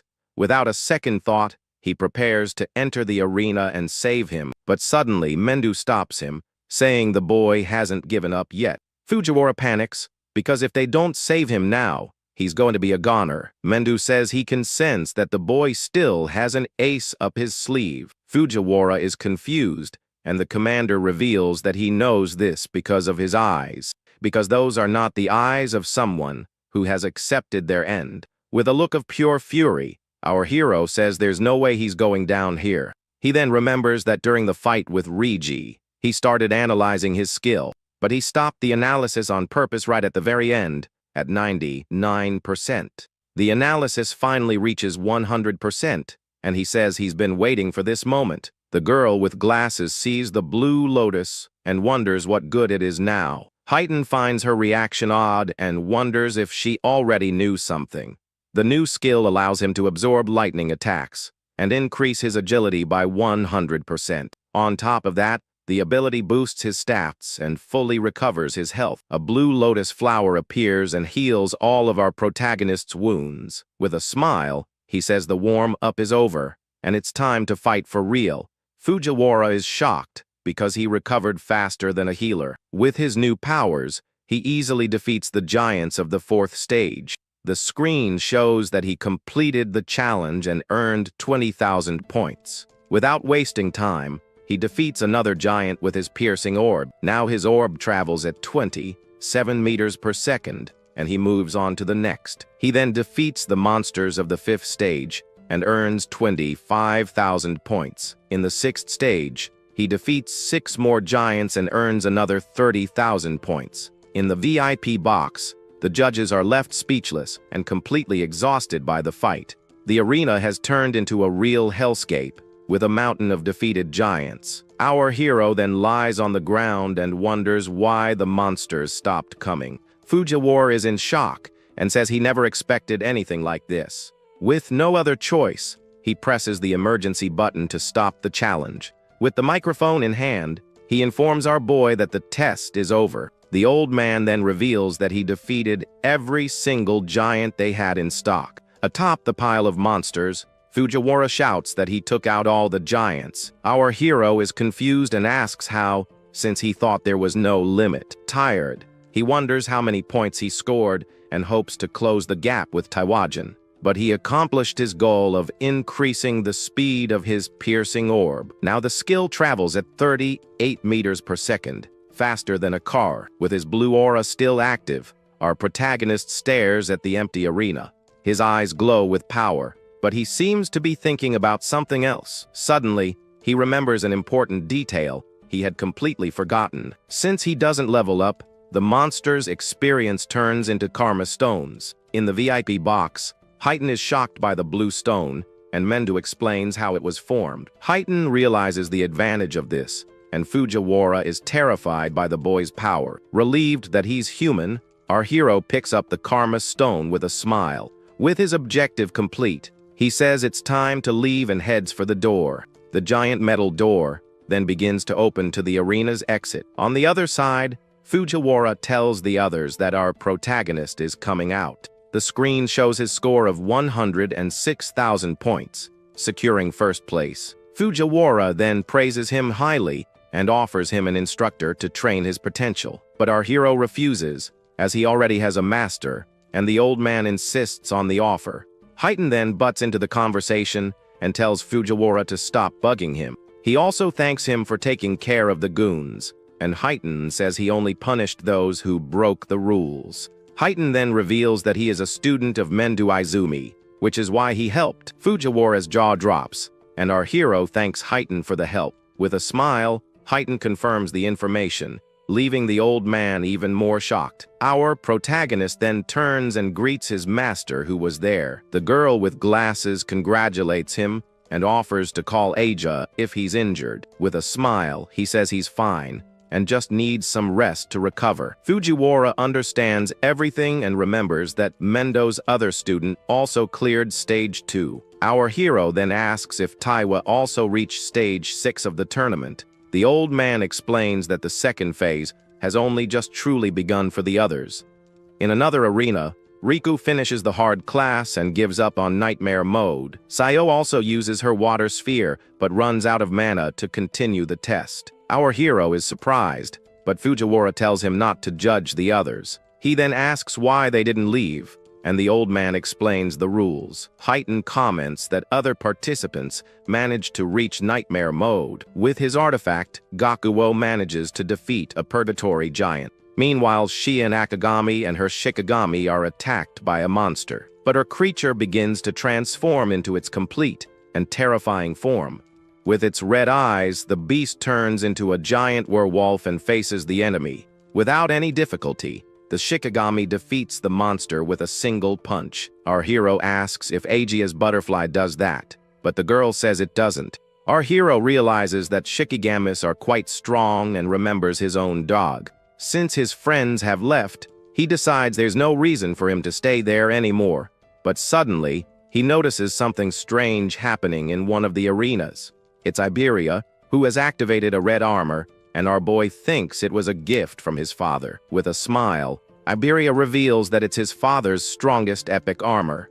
The screen shows the stats of the dragon gear, which increases attack and agility every minute. He explains that the armor has a will of its own, and that he suffered a lot to get it, but the armor has a 15-minute limit, and he needs to end the fight quickly. His stats then increase by 120 points, and he goes on the attack. Iberia remembers the announcement and motivates himself not to disappoint his new partner. With the doe's name in his head, he charges at the monster with everything he's got. Our protagonist watches the scene and thinks his new friend looks pretty stylish. Suddenly, a voice announces that the second phase of the tournament is finally over. Fujiwara explains that only the top 10 advance, and the top 2 will win a prize. On the ground, Gakuo gets all cocky and already considers himself the owner of the reward. With a serious look, the old man prepares to announce the top 10 finishers. The screen then shows the final scoreboard, and our hero is in first place by a long shot. The others are shocked, as he scored over 100,000 points all by himself. Gakuo can't believe he came in third and wonders who Itsuki Tenma is. Elsewhere, a green-haired girl also takes an interest in our hero. Sayo is shaken by the power difference between her and our protagonist. Meanwhile, it's revealed that our boy placed first in the entire country. The girl with glasses notices that her father is very happy with the test results. On the ground, Iberia celebrates, as he already knew his new partner would be the winner. But he's also proud for not having shamed the name of Duo I. Our hero then congratulates him and says he was surprised by his performance. With a goofy look on his face, Iberia is left speechless by his friend's compliment. And so, the preliminaries of the Alliance tournament finally come to an end. With the test over, our protagonist carries his past out friend on his back. Meanwhile, in District 1 of the Southern Continent, an old man meditates in a square. A soldier complains about having to stand there, but his friend tells him to shut up. The old man's name is Barger, and he's known for being a powerful prophet. The soldier then questions why he doesn't just tell them where the monoliths will fall. His friend explains that he only sees a fraction of the future, but is as respected as Mendo Izumi, because the success rate of his prophecies is 100%, without a single failure. Suddenly, the old man collapses and shouts that the northern continent is in danger. He reveals that a beast attack is going to happen, and one of them is level 100. At night in a flower garden, someone starts a conversation with our hero. The screen shows that his total stats have surpassed 1,500 points. This is an incredible feat, as the normal gain is 50 points per level. With this, our hero is compared to a level 30 awakened. Additionally, his passive skills continuously increase his defense and agility, but his attack power is the only thing that he can't increase for now. Our protagonist is then caught off guard by a familiar voice. From outside, Riku calls him to eat, saying he made his favorite dishes. He decides to put the problem aside, as he might get an attack skill later.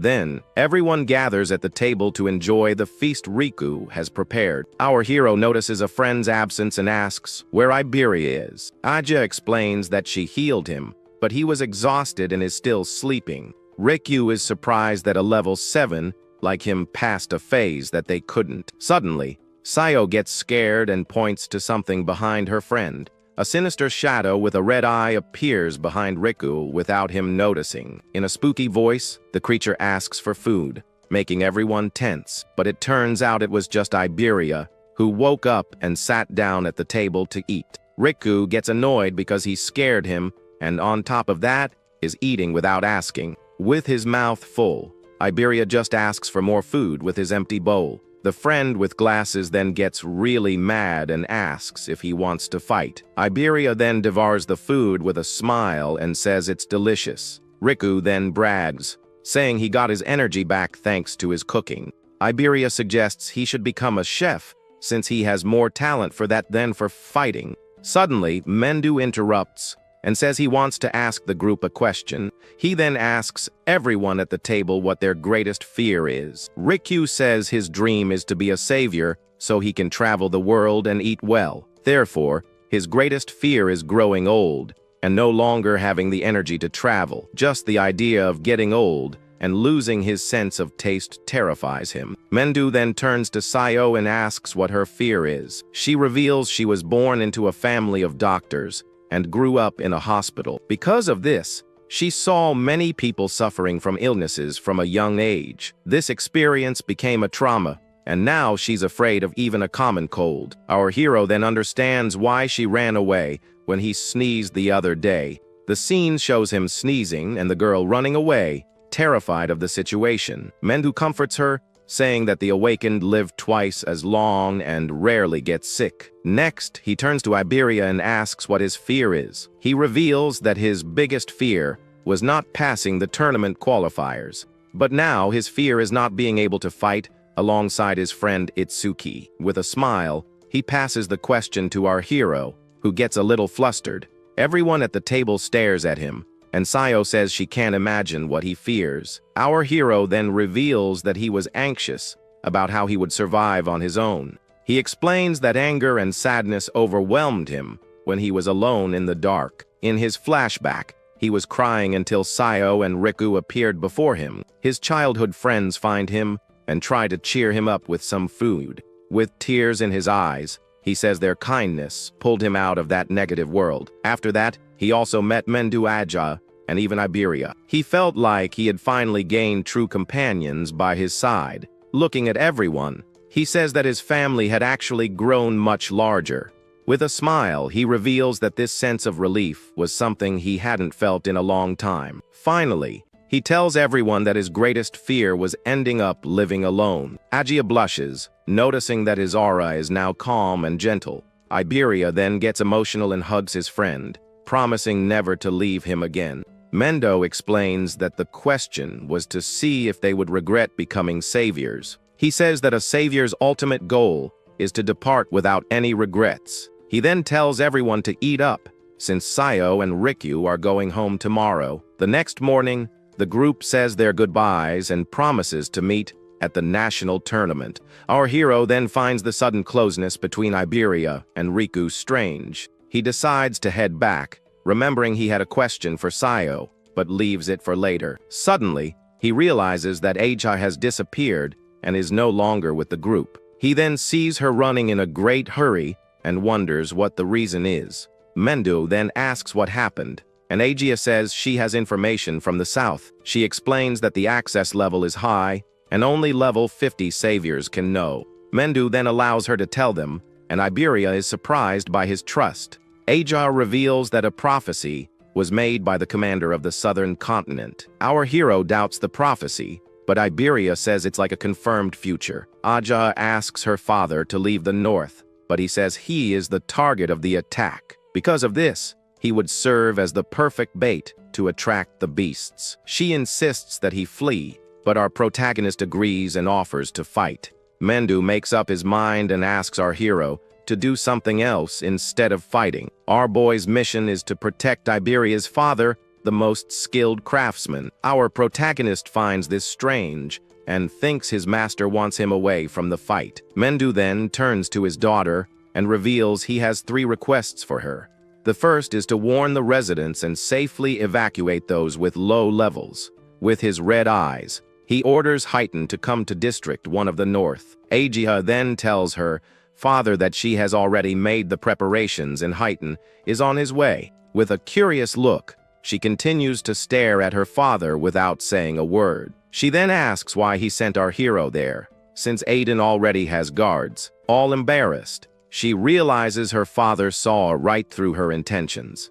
Mendu explains that a level 100 beast will appear and our hero would reveal his hand. Furthermore, he reveals that our hero lacks attack power, but Aiden has an artifact. With that item in hand, a perfect awakened will finally be born to fight. At 8 in the evening on the first day, the monoliths fall on the northern continent. In District 2 of the North, our hero and Iberia run through the dark forest.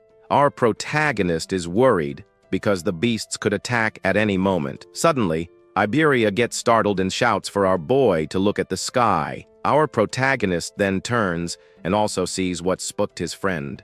A flaming monolith then crashes down right in the center of the city. A huge explosion of light occurs, consuming the surrounding buildings. Our hero is concerned, as the civilian evacuation is still underway. In the city, the awakened panic, because the beasts arrived way too early. The barrier begins to form, and he finds himself in a dilemma between the mission and the civilians. He knows Iberia is exhausted, but hasn't asked to stop because of his father. Iberia then says they should go help, because without a strong awakened, many will be lost. With a smile, Iberia changes the plans, and our hero agrees to help. Suddenly, a stone fist erupts from the ground and attacks the awakened. A level 21 fire golem then appears and faces the heroes. The group realizes the fight will be tough, even with 3 level 15s. One of the awakened uses his stone shield and tells everyone to hold the formation. With the shield in front, he tells the others to look for an opening to attack. But the golem unleashes a blast of fire and easily destroys the shield. The awakened is shocked, as he didn't expect so much power in a single blow. His friends panic because if the tank was defeated, they don't stand a chance. One of them then tells everyone to run, as fighting is just throwing their lives away. With a smirk, another says the coward is the one who needs to be careful here. But suddenly, he's surprised by a creature that appears behind him. Terrified, he begs for his life but uses his water cannon to attack. He brags about being the natural enemy of fire creatures, but is defeated. His friends see the fallen golem and prepare to deliver the final blow, but the one who attacked gets cocky and says he'll finish the beast himself. Suddenly, the golem gets back up and glares at the awakened with a look of hatred. The monster then unleashes a massive fire blast, and everyone thinks it's the end, but a wall of ice appears, protecting the awakened from the golem's attack. With the arrival of reinforcements, one of the awakens says everything will be okay now. Our hero then tells Iberia to evacuate the civilians, and his own defense increases. Iberia brags and says that one day he'll be stronger than Jin Taiwa himself. One of the awakened gets annoyed by the boy's audacity and calls him a brat. The other awakened find our hero's ice armor strange. With his armor active, our protagonist remembers a piece of advice from his master. Mendo had warned him that his black orb is powerful but too slow to be practical. He advised our hero to save the skill as a trump card for emergencies. Because of this, he can't use his piercing orb in the middle of a crowd. With his armor and lightning, our hero charges straight at the golem. He then lands a powerful kick, sending the monster flying with ease. His thunder wave is activated, and he continues the combo on the enemy. The golem tries to fight back, but can't land a single hit on the boy. With a final punch, our hero slams the monster to the ground, kicking up a lot of dust. He then uses his lightning and delivers a final blow to the fallen golem. A huge explosion occurs, and the monster is defeated in a single hit. The civilians are shocked and can't believe a kid defeated the monster. One of the awakened is also stunned by the boy's power. He doesn't understand how a level 20, one golem couldn't even touch him. Our hero then turns to leave, and the awakened notices he's gone.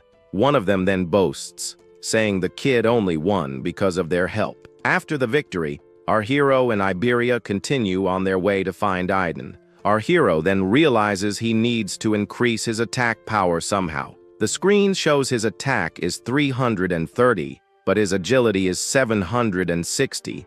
Iberia praises his friend's speed, but our hero says it means nothing without power. Tired, Iberia is surprised because he had never thought of it that way before. Our protagonist then says there's a good way to increase his attack power. Iberia reveals that his father's workshop is full of artifacts to help his friend. With a goofy smile, he imagines our hero all geared up in incredible armor. Our boy finds the laugh strange, but notices that his friend is very tired. Suddenly, he picks him up and tells his friend not to push himself so hard. Without waiting for reply, our hero takes off running with Iberia in his arms. The night continues, and the moon illuminates their path through the dark forest.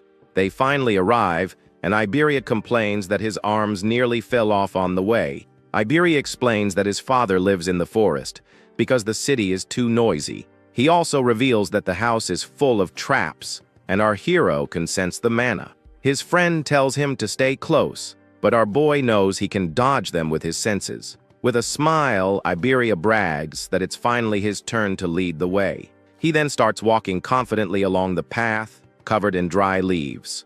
But he gets carried away and forgets about a trap right in front of him. The ground starts to shake, and Iberia panics at the most annoying trap. Suddenly, an epic iron golem emerges from the earth to attack. Our hero's jaw drops, as he didn't expect a humanoid artifact. Without wasting a moment, the creature charges and attacks Iberia with a powerful punch. But our hero dodges with a jump, saving his friend from the golem's blow. The impact of the punch creates a crater in the ground and kicks up a lot of dust. He gets annoyed that even an artifact has more attack power than him, but he can't destroy it. Our protagonist then asks if there's a way to stop the creature. Iberia reveals that the karma stone on the golem's chest is its weak spot. With a smile, our hero activates his thunder wave and goes on the attack. With his speed, he dodges the blows and hits the golem's weak spot. He gets close and prepares to rip out the karma stone with his bare hands. Using his lightning, he phases through the iron armor and gets close to the stone. He then rips out the golem's power source, deactivating it instantly. The creature then stops moving and stands motionless in the middle of the forest. With the stone in hand, our hero stares at the shadow of the defeated golem. Suddenly, Iberia yells for him to stop, as the golem belonged to some guy named Jasuk. A man appears out of nowhere and attacks our hero with his giant sword. The young man dodges at the last second, and the man is shocked by his speed. The man named Jasuk Bokudo apologizes and says he thought they were bandits. He wonders who our hero is, since he didn't sense his mana until the attack. Our protagonist is also surprised, because the man's sword vanished. Iberia then introduces him, and our boy asks where his father is. Jasuk reveals that the master is out back, and that they should be careful. With a furious look, Iberia's father stares at the boys without saying a word. Iberia brags to his father, saying he passed the tournament qualifiers. He then demands the promised reward of choosing any artifact he wants. But suddenly,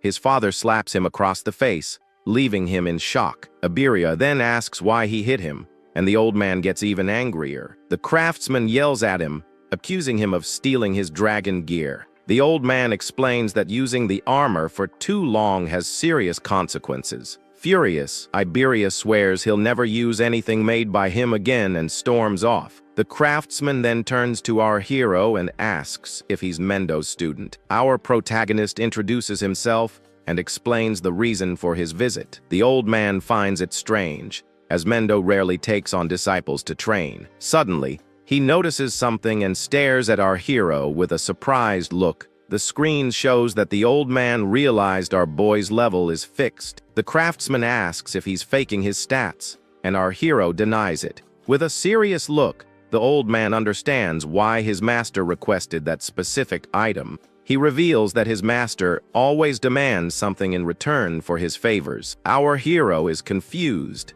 because his master never mentioned anything about a deal. The old man then reveals that his master requested an item in exchange for protection. Our hero is surprised and wonders why his master would ask for a defective product. The craftsman explains that the critical crystal was made to increase an Awakenid's attack, but suddenly a crack appeared, and the item became a broken product. The broken critical crystal increases attack by 10 times, and the critical rate resets. With the help of the item, our hero now has a way to boost his attack power. The old man understands his master's move and says the item is perfect for him. With the item in hand, our hero's attacks will be strengthened tenfold. He then equips the item, and a golden aura completely envelops him. He realizes that the critical rate only increases by defeating stronger enemies. The screen shows the item's details and how it works for our hero. With a smile, our hero says thanks, and that the item will be a huge help. The old man says there's no need to thank him, as they both fight for humanity. Suddenly, an attack occurs, and Josuke is sent flying by a single blow. Our protagonist then dodges the attack and prepares for a fight. Iberia is startled by the surprise attack and wonders what just happened. Suddenly, a green barrier appears, surrounding the entire dark forest. The old man finds it strange, since only the commanders of the 5 continents know his location. Josuke warns everyone to stay back, because the beasts are coming. With his eyes glowing, our hero senses something approaching at high speed. He can sense 6 monsters approaching, but suddenly there are 8. A level 14 one-horned demon appears and charges to attack. Our protagonist then dodges the blow and prepares to counter-attack.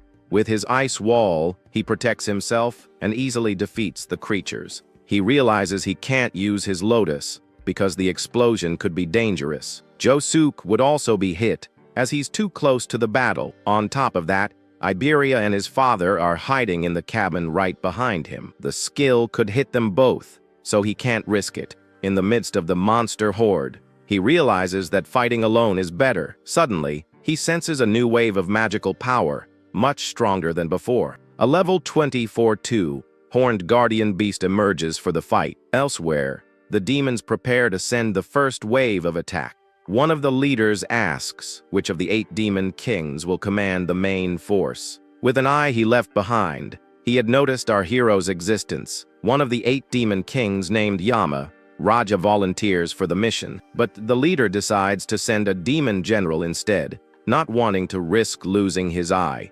He then decides to hand over command of the main force to another demon. The chosen one is one of the 8 demon kings, a giant man-eating ape. Suddenly, our hero hears Iberia's voice and wonders if a beast somehow got into the room. Right after, a level 24 two-horned guardian monster pops up, ready to throw down. With a dark look, our boy decides he has no choice but to use that thing. He also realizes the creature's attack power is higher, which could actually boost his hit rate. The system then shows that his broken crystal increases his hit rate by 1% with every victory. So our MC activates his piercing orb to test out his new skill. The purple energy drills through the monster, taking it down with a single clean hit. Just like that, his critical rate increases to 1%, and he sees the plan worked perfectly. Our hero then tells Josuke to handle things out there, saying he'll take care of the beast in the room. Using his lightning-fast speed, he zips toward the cabin to save his friend. Inside, Iberia is on the ground, facing a horned demon that has him cornered. He's bummed, because without his dragon gear, there's just no way he can win. With few options left, he braces himself for whatever is coming next. The creature then closes in, and the kid screams for our hero to help him. But out of nowhere, his dad, Aiden, appears and parries the attack with a giant hammer. Iberia is in total shock, because his dad isn't a fighter, yet he doesn't seem the least bit scared. The craftsman stares down the creature, which looks furious about the interruption. Without breaking a sweat, the old man sends the monster flying with a single swing. Our MC then arrives, and his new father-in-law leaves the rest to him. And with his wall of black ice, our hero pierces the monster's chest with everything he's got. Aiden then apologizes for the delay and asks about the situation outside. Our boy says he doesn't sense any more mana, and that Josuke must have already taken care of everything. From a distance, they see all the bodies, and Iberia is shocked by Josuke's strength. However, Josuke says there's no time to relax because the barrier is still up. With a serious look, he says he'll take down the beasts while destroying the barrier. But our hero stops him and tells him to protect Aiden and Iberia right there. The craftsman then notices the intense look in the boy's eyes. It's not fear, but a thirst for battle. So Aiden decides to leave the barrier for our MC to handle all by himself. Josuke asks if he's sure about this, since a green barrier has beasts up to level 260. Like a bolt of lightning, our hero dashes off to attack, completely unfazed by the danger. He then says he can finally fight without having to hold back anymore. Iberia decides to go too and asks Josuke to look after his dad while he's gone. However, Aiden stops him, telling him to quit messing around because they live in completely different worlds. Iberia shoots back, saying that a team covers each other's weaknesses and provides support. but his dad just calls him dead weight and says if he keeps this up, he'll just end up causing problems. The boy is stunned into silence, hearing the harsh truth from his own father. Aiden explains that rule doesn't apply when it comes to our hero, because he is someone special. He then asks if his son has ever truly seen the look in our MC's eyes when he faces a beast. Meanwhile, the system detects 5 enemies and restores 50% of his mana. Surrounded by enemies, he gets ready and tells them not to get in his way. With a single blow, our hero activates his Lotus Explosion, taking down 5 enemies at once. His critical rate is now at 2%, and he's not about to let anyone get near Iberia. From a distance, his friend is startled by the massive explosion that lights up the entire forest. He and Josuke get worried, thinking our hero must have run into some seriously strong beasts. The guy in the armor then realizes the reason the MC isn't leveling up must be his unique gift. Our MC reaches the green barrier and senses that the beasts here are on a different level. He tries to use his mana detection, but the barrier completely blocks his signal. Then he remembers his master telling him that the barrier's color indicates the monster's level. The color green means the beasts inside are between level 26 and 50. Thinking about all the sweet experience points he's about to get, our boy summons his new Shikigami. The system shows that the Death Hound is a B rank, level 16 creature with some pretty good stats. With a smirk, he pets his new companion and says he'll give all the experience points to it.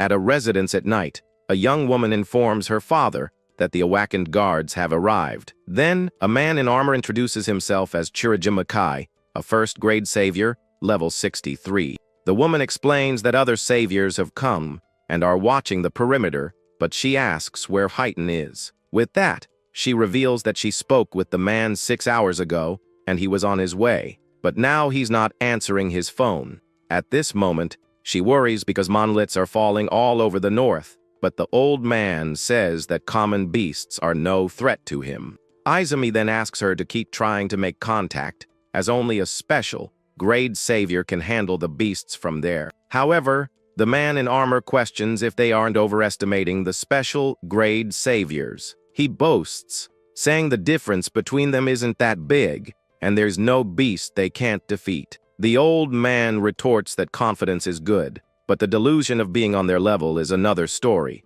Then Izumi says that all this confidence is because he has never faced a truly strong beast. Suddenly, the warrior becomes alert and shouts that a monolith has fallen, and the disaster beasts are coming.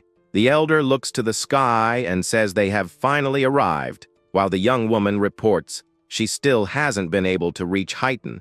With a confident look, Kay tells them not to worry, as he will eliminate every last beast. Right after, he declares that he will prove in that moment that the first grade are a match for the special grade. Elsewhere, we see the green barrier that our hero was tasked with destroying. Our protagonist and his wolf, Grim, are inside the barrier, and he notices the scenery is the same as outside. Then a beam of green light shoots up, and the young man feels a strange atmosphere as his magic detection activates. He can feel the magical waves inside but not outside, and concludes that they are separate spaces. With that, his system detects 5 enemies and recovers 50% of his mana. Our hero tells his wolf to wait there and take care of any beast that tries to escape. With a smile on his face, he calls the wolf a good boy and activates his electric power. Then, 2 monstrous creatures run in his direction to attack him. Using his speed, the young man dodges one of the monsters without difficulty. With that, he activates his black wall and smashes one of the beasts with full force. Next, he uses an electric attack to take care of the other creatures. The blow hits the monsters head-on and throws them far away with the impact. Suddenly, a much larger and more imposing beast appears in front of him. Without wasting time, our hero uses his piercing orb straight at the creature's face. The purple energy passes through the creature, giving it no chance to defend itself. With the victory, his critical rate increases to 3% in total. The young man calculates that with this rate, he will soon land his first critical attack. He then notices the green monolith and says it's the first time he's seen one up close. Then he wonders if destroying the stele will make the barrier disappear and says that one blow is enough. However, his system detects one more enemy, and his mana recovers 10%. With a focused look, the boy realizes there is still one enemy left to defeat. Suddenly, several black spikes shoot out from the ground and advance in his direction. The protagonist dodges the attack and thinks that if he hadn't sensed the magic wave before, he would have been pierced, and the situation would have turned very ugly for him. The young man looks at the stele and realizes the attack came from behind it. He then understands that this is a different type of disaster beast than the previous ones. From a distance, we see the immense green barrier that covers part of the forest. Meanwhile, the blonde kid is all bruised up and has a very worried look. Jazook then warns him that not even Tenma can handle all the beasts, and the boy wonders if he'll end up holding his friend back. The man in armor tells him not to worry because the master exaggerates, but Iberia feels useless. He then explains that green barrier beasts are from level 26 to 50, and the blonde admits he wouldn't win. Jazook tries to cheer him up, saying that at his age, he didn't even have the courage to enter one of those. Our hero's friend is surprised, and Jazook reveals that the difference isn't just the level. With that, he explains that beasts from gray barriers have no intelligence and just destroy everything. Although they're strong, they can be defeated with strategy. But the ones from the green barrier are another story. Inside, there can be intelligent beasts like a 4-horned general, level 34. Jazook says that few from the protagonist's generation could handle that beast, and the young man notes that they are different. The warrior concludes that Iberia isn't a burden because he's immature, but because his friend is too strong. Back to the fight, our hero says he has finally found the rumored intelligent beast. The monster scoffs and asks if he's muttering and pleading for his own life. Then the creature wonders about his strength, but calls him a coward for being level 0 and trembling before it. With a sinister smile, the protagonist says he's just excited, and since the creature talks, he has a question. The monster agrees to grant his last wish before finishing him off. With his red eyes blazing, our hero asks if the creature feels pain. The beast becomes furious and says a mere human cannot make it feel pain. Then it declares that inflicting pain is their privilege and attacks with sharp blades. The creature's blades come down with full force toward our hero. With his electricity active, the young man faces the monster head on without fear. Then he counterattacks with a slashing blow that tears through the air toward the enemy. The creature wonders if it hit him, but notices the boy's mana is increasing. It then realizes that even the opponent's antennae have gotten faster. But our hero trusts in his speed and knows he still has the advantage. However, he gets frustrated because his power is low and the blow barely made a scratch.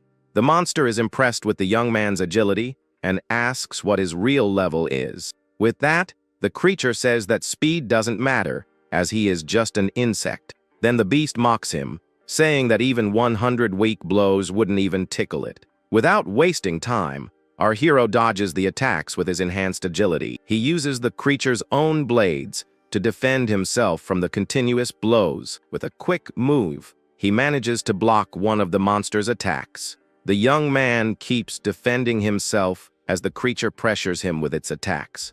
Then he challenges the beast to try and hit him if it's really capable. The beast notices his electricity is just to increase speed and questions his mana. He understands that the antennae are part of the beast's body, which is why his analysis doesn't activate. Our hero wonders how many attacks he has already delivered as he dodges again. The creature says it's useless, and the boy realizes his mana is running out. With a determined look, he decides to focus everything on the attack to win the fight.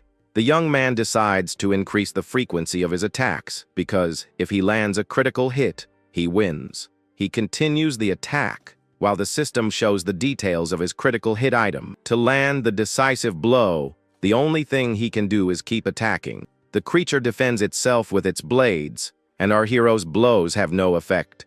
But in a moment of carelessness, he is hit hard and ends up spitting a little. The monster calls him a fool for throwing himself at it like that. The creature then mocks him, asking where that so-called pain he was going to cause is. The beast is surprised that he's still standing and praises his high defense. Suddenly, a red aura surrounds him, and the crystal informs him that his next attack will be a critical hit. With a devastating punch, he hits the monster's chest with all his might. The beast is completely shocked by the sudden power of the blow it received. The impact of the attack is so strong that a shockwave destroys everything around them. The enemy falls to its knees with a massive impact on its chest and wonders where so much power came from. The young man notices the critical hit was much stronger than he expected. Looking at the defeated enemy, he feels a mix of satisfaction, focus, and ecstasy. He then realizes that even with a wound on his stomach, he doesn't feel any pain. With a smile on his face and steam coming from his mouth, he says the feeling is incredible. The boy then grabs the creature and asks if it felt any pain from that. Frightened, the monster wonders what he is and calls him a cheater because of his stats. With red eyes, he explains that the other beasts didn't even scream and finishes off the enemy. With a frightening smile, he says that the scream of a beast that feels pain is good to hear. The creature calls him a demon as it's being overpowered, and the young man's critical rate increases. With the beast defeated, he says it's finally over, and his critical rate rises to 4%. Now that the danger has passed, the adrenaline fades, and the pain from the wound on his stomach starts to set in. He then notices that the barrier has become transparent, which means there are no more beasts inside. The young man approaches the monolith and realizes that he only needs to destroy it to complete his mission. Without wasting time, he throws a punch with all his might and shatters the stele into several pieces. Exhausted, he falls to the ground and thinks the stele was weak, but he needs to check something before heading back. With a serious look, he remembers an important detail about his new companion. A wolf's shadow appears in front of him, and the protagonist asks the creature to show itself. His wolf, Grim, then appears, and the young man notices that he seems much bigger than before. With a surprised look, he notices another change in his new Shikigami. The system shows that the wolf went up 3 levels and gained 150 status points.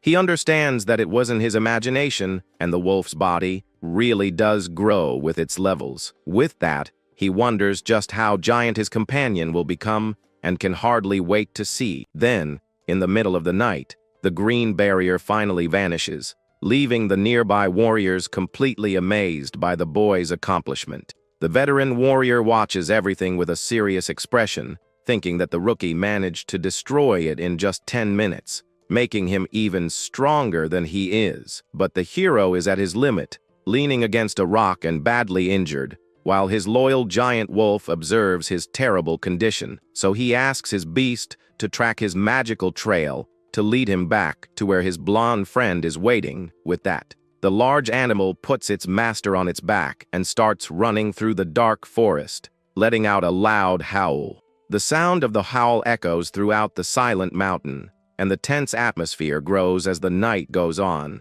in that dangerous place. At that moment, the man in armor hears the noise and wonders why there are still beasts around if the barrier has already been destroyed. He stays on high alert and orders the young apprentice to return to his room immediately to protect himself from any imminent danger. But the blonde boy becomes thoughtful upon hearing the sound, feeling like he has heard that strange howl somewhere before. Suddenly, a powerful beast emerges from the shadows, running at high speed and slamming its claws on the ground with great force.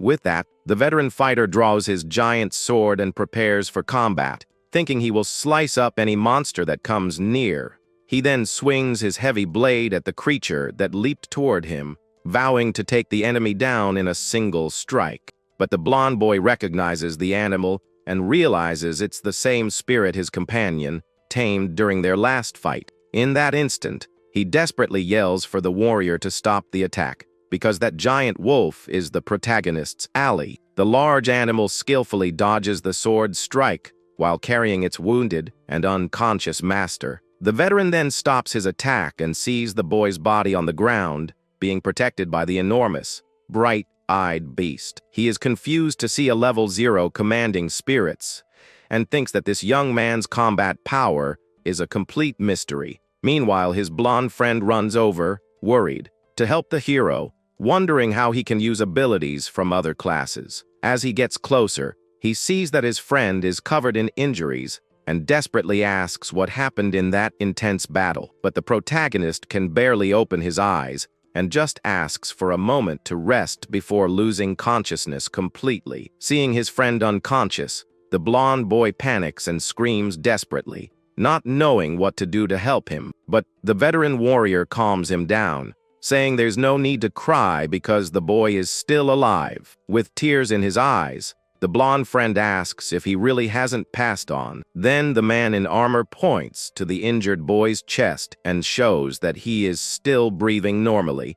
The protagonist, who was half awake, asks his partner to use the Kodama bandage he still had. The blonde boy says he'll take care of it and watches his companion on the bed, thinking he'll never catch up to him in power.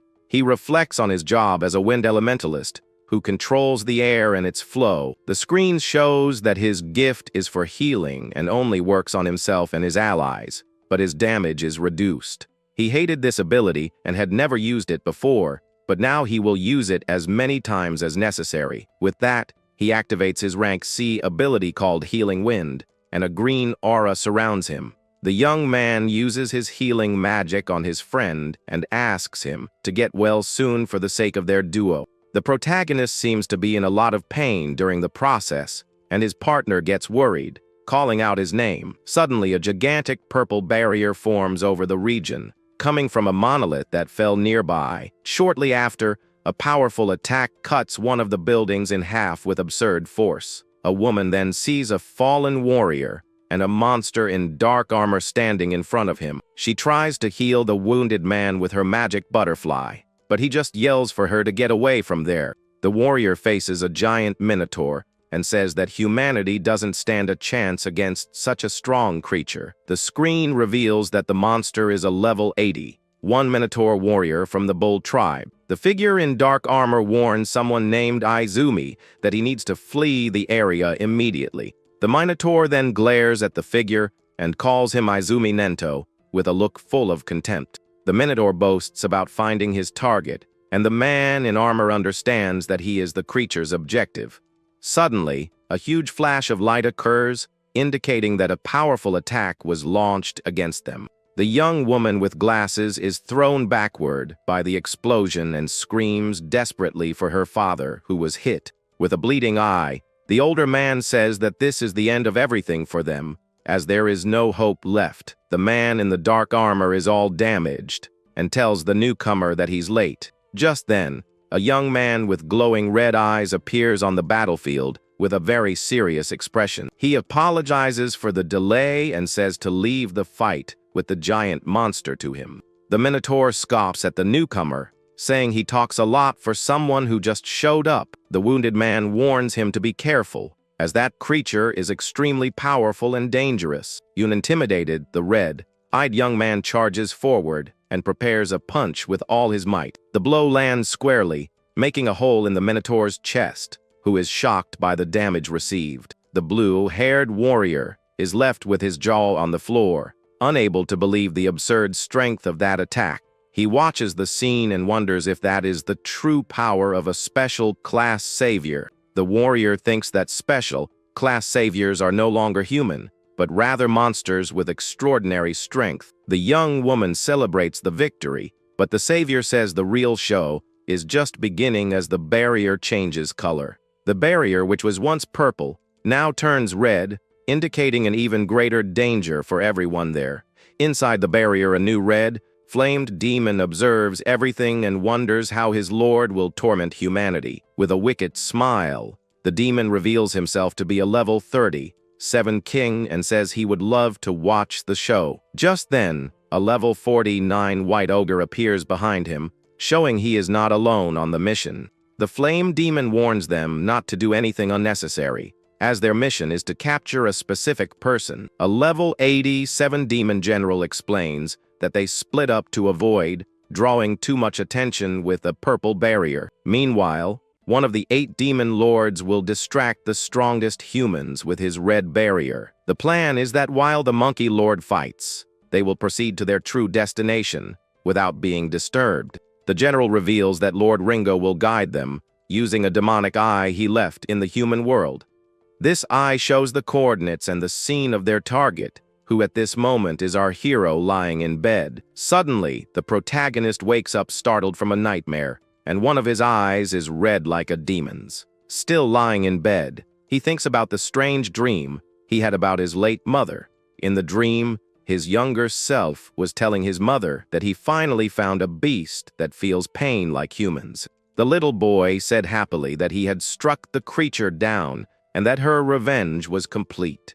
But his mother figure interrupts him with a gentle voice, saying that wasn't quite right. She explains that there are things more important than revenge, and he questions what that could be. Then his mother asks him not to use his power for revenge, but rather to protect those he loves. The young Itsuki is outraged by the request and shouts that it's completely impossible to do. He swears he will never forgive the beasts that took his parents from him in such a cruel way. With eyes red with hatred, the boy shouts that he will definitely get rid of them all without mercy. His mother just watches him with a sad smile on her face as her body begins to disappear. She says goodbye, saying she needs to leave now, and her image becomes increasingly transparent. The boy runs desperately, asking where she is going, as he still had so much to talk about.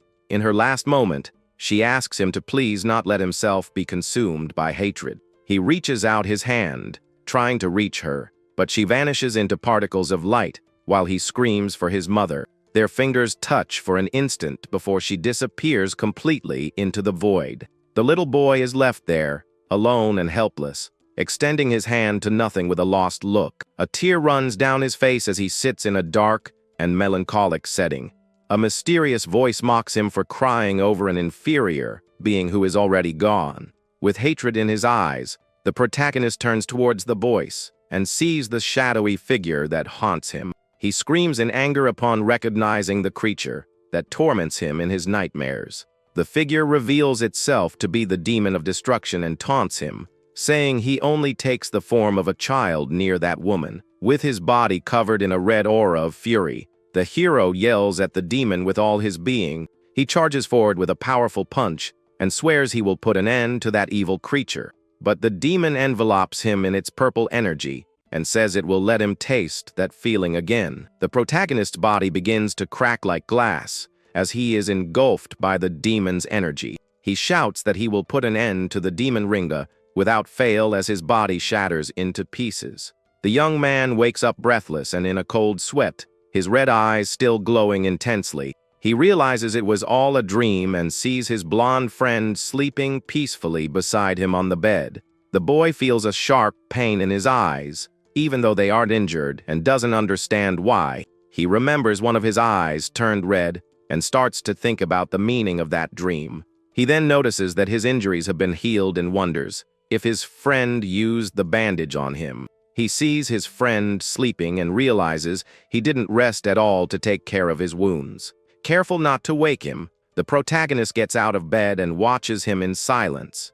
He decides to tell his wolf not to bark and wake his friend, but the animal is already there in the room. The protagonist realizes what he's done and gets all embarrassed by the situation. Just then, the blonde boy wakes up startled and uses his wind ability, thinking his friend was in danger. But the hero isn't even fazed and thinks that such a weak breeze wouldn't even tickle a beast. The blonde friend is overjoyed to see that his companion has finally woken up and smiles in relief. With that, he hugs the hero, celebrating that his treatment worked, and the boy asks how long he was out. His friend says it was about 3 hours, and the protagonist calculates that it's now the second day of the prophecy. He then assures him with a smile that no other creature has appeared after all that commotion, but the hero still remembers the demon's words in his dream and feels that something bad is about to happen.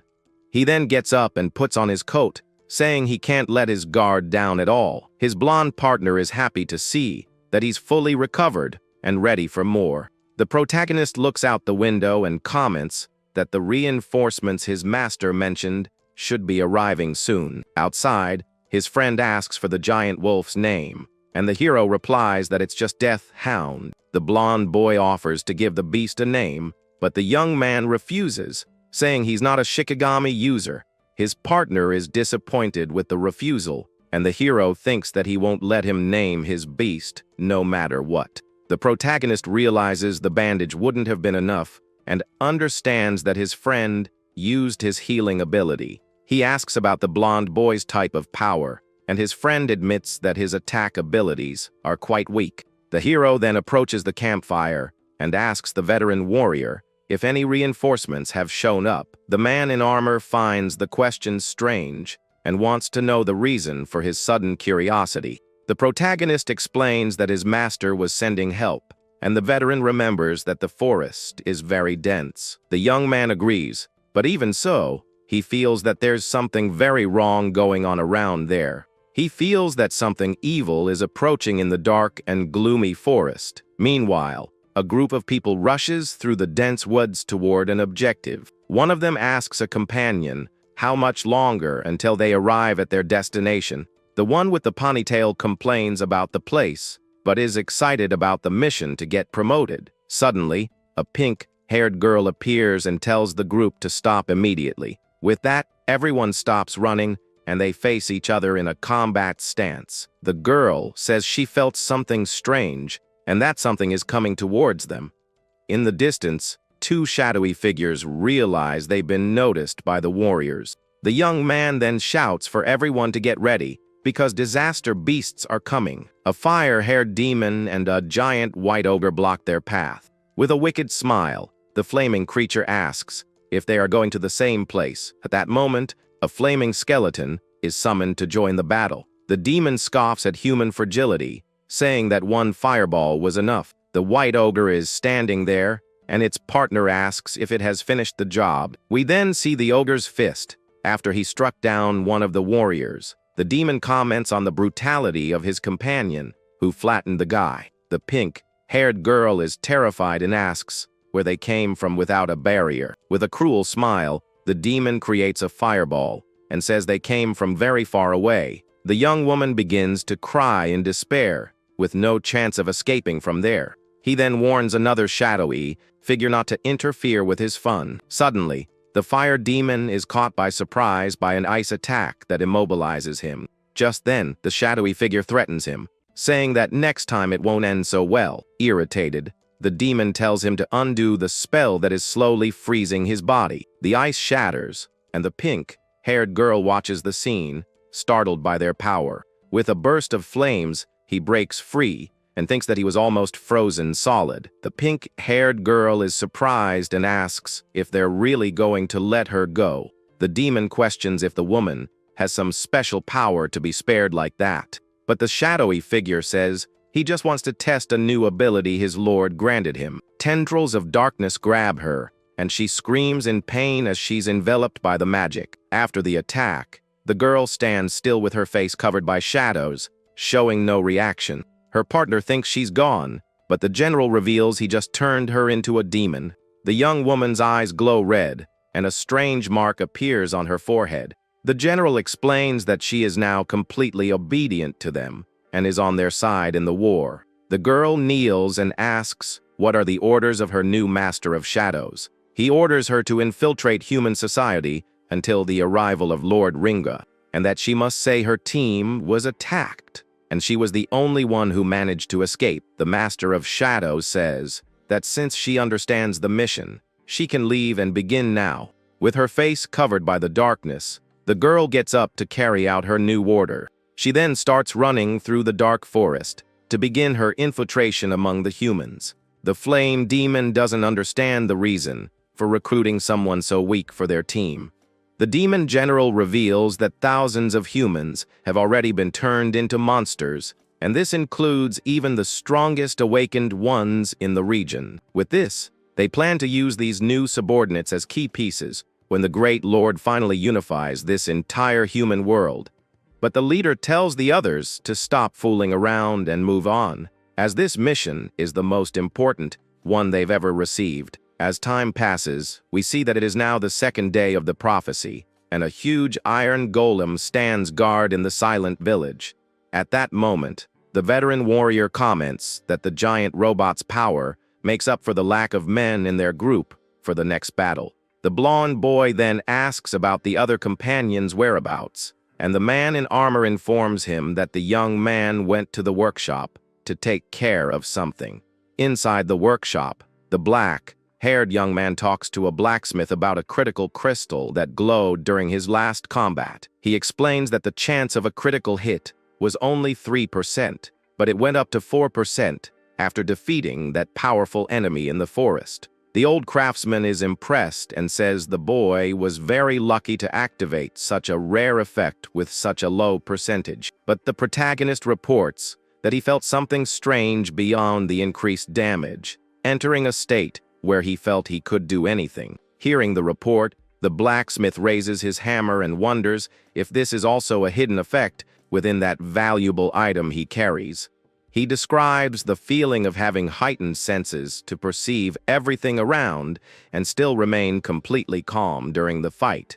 With a thoughtful look, the young man confirms that's exactly what he felt while facing the beasts in the midst of all that chaos. Surprised by the answer, the master craftsman exclaims that the hero managed to enter the legendary state of flow in the heat of combat. The veteran then explains that this phenomenon occurs when someone becomes completely immersed in an activity without being distracted by anything. The dark-haired boy is a bit confused by the technical term, so the man summarizes by saying he was totally absorbed in what he was doing at that moment. To illustrate, he compares it to a painter who spends hours working on a painting and ends up forgetting even to eat or rest.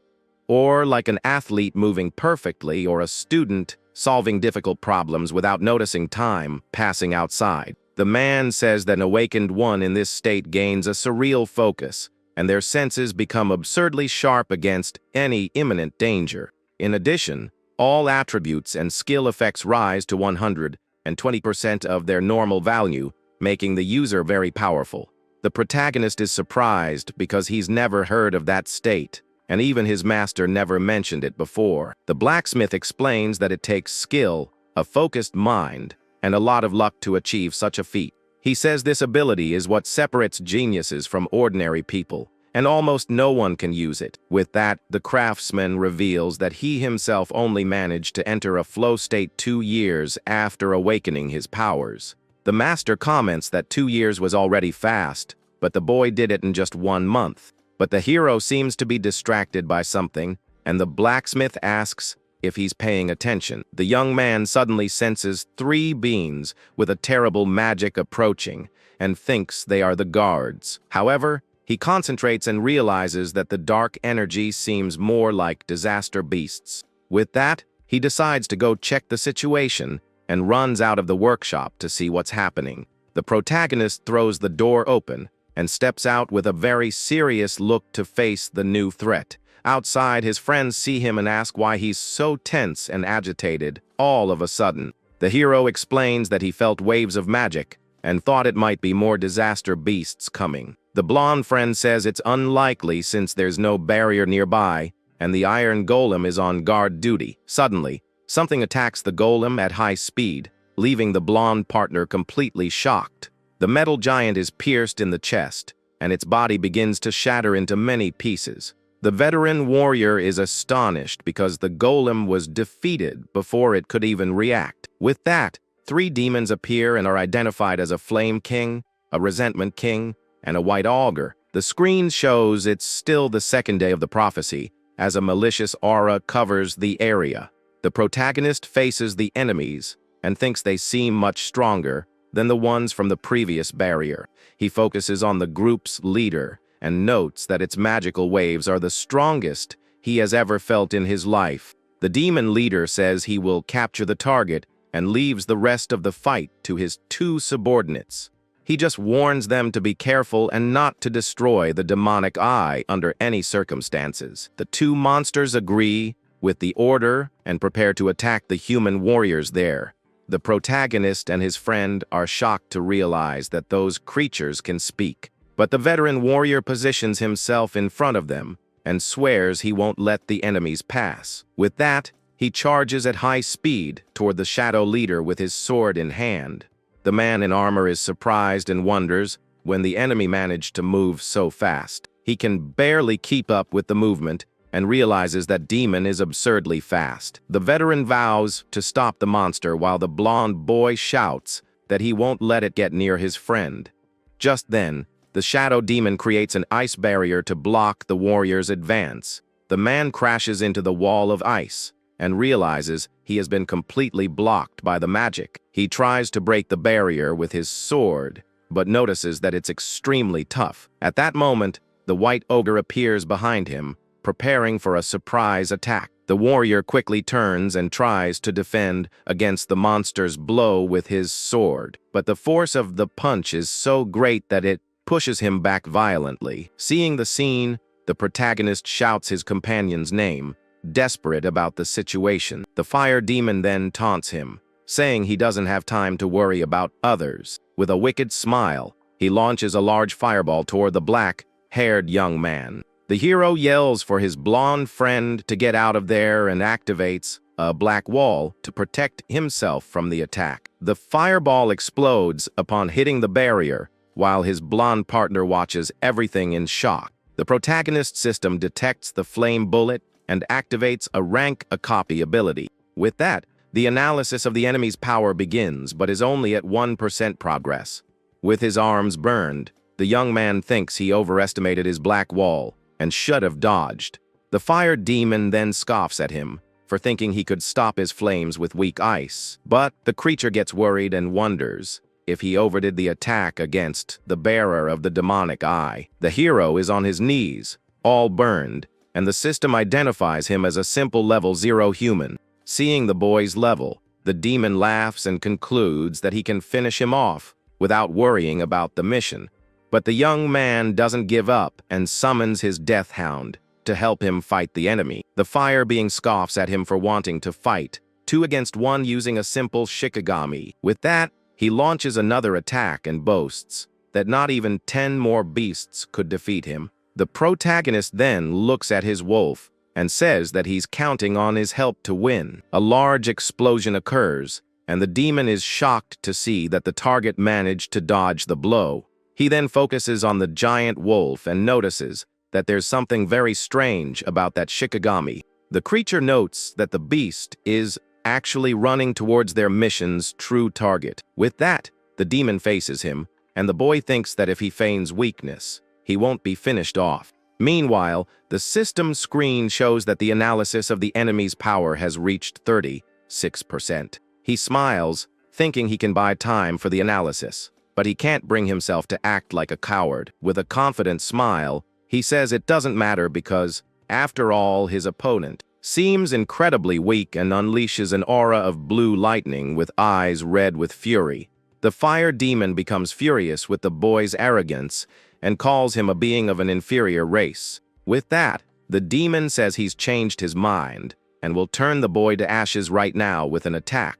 But the hero dodges and realizes the enemy's speed hasn't changed, meaning he's a long-range fighter. With that in mind, he charges forward with everything he has to close the distance and end the fight once and for all. The fire creature is surprised by the young man's reaction and doesn't understand what's happening. The protagonist gets close in an instant, and the demon is shocked by his absurd speed. But despite the surprise, the monster remains calm and stares at the boy with a very sinister look. With a wicked smile on its lips, the creature seems to have an ace up its sleeve for this situation. The hero attempts a punch, but is blocked by a shield of flames that appears out of nowhere in front of him. He is surprised by the fire barrier and realizes his plan won't be so easy.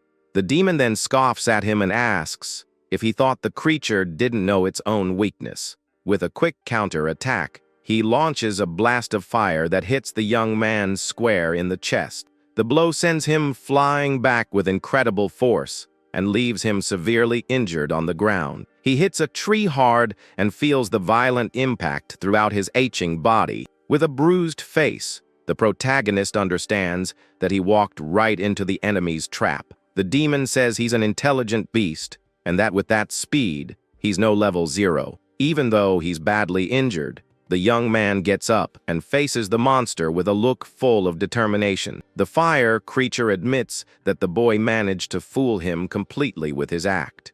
The monster then warns that it would be easier if he just stayed quiet and accepted his end. The hero sees that the analysis of the enemy's power is at 81% and needs more time. The scene cuts to the village, showing that it's 3:14 in the morning and the giant wolf is howling. The demon leader lists the blacksmith's achievements and calls him the most excellent craftsman of the human race. The man then asks if he plans to end his life, but the creature says it won't do that if he is useful. But the craftsman responds with a defiant look that, unfortunately, he doesn't like taking orders from anyone. With that, he draws a tool and charges at the enemy with his eyes red with pure fury. Then an ice aura surrounds his body as he prepares for a counter-attack with all his power. The demon is surprised because the man covered himself in ice instantly and realizes the ability is rank A. The creature tells him to give up and freezes him to the ground, saying they decide who lives and who is done for there. Hiding, the blonde friend panics, thinking his father will be taken, and plans an attack. He shrinks behind a suit of armor, completely terrified by the situation and unsure of what to do. Suddenly, the protagonist's death hound bursts in, and the boy recognizes his friend's beast.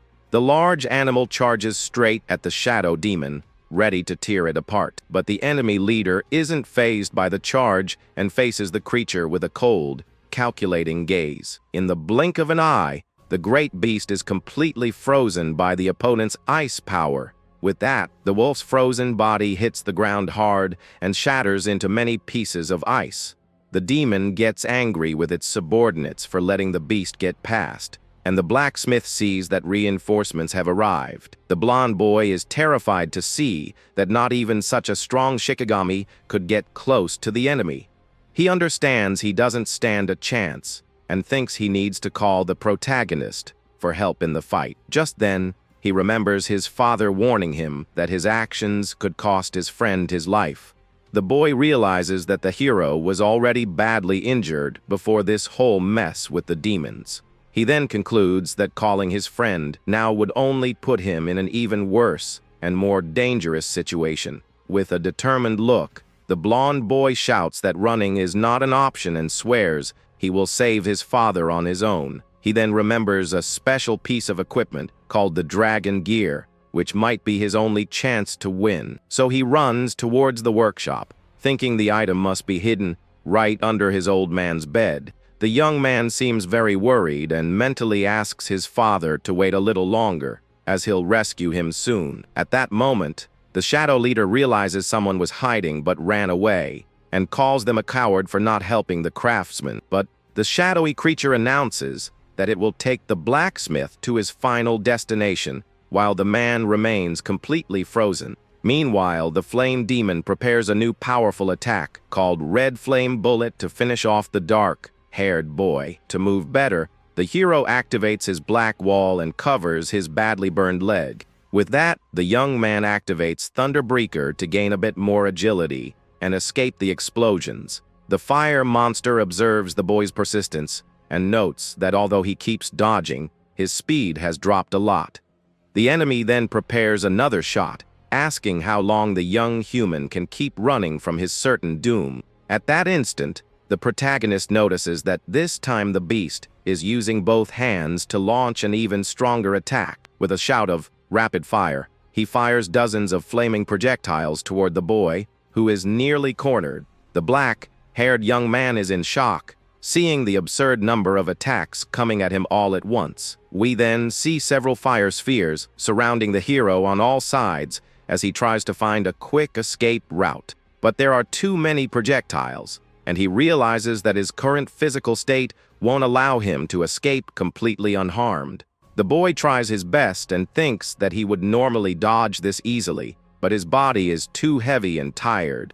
He lets out a frustrated yell upon seeing that the enemy attack is about to hit him squarely in this critical situation. At that moment, the system shows that the analysis of the enemy's power has reached 90%, and he just needs a little more. Even surrounded by flames, the analysis progressed to 90, 2%, and the hero endures the intense heat. As the analysis climbs to 94%, the hero holds firm against the barrage of flames. Just then, the progress reaches 98%, but he's hit head-on and thrown backward, being swallowed by the fire. The boy remembers something terrible that happened in the past with his mother. He recalls his mother being consumed by blue flames in a traumatic event from his childhood. With a wicked smile, the flame demon prepares to deliver the final blow with all its power.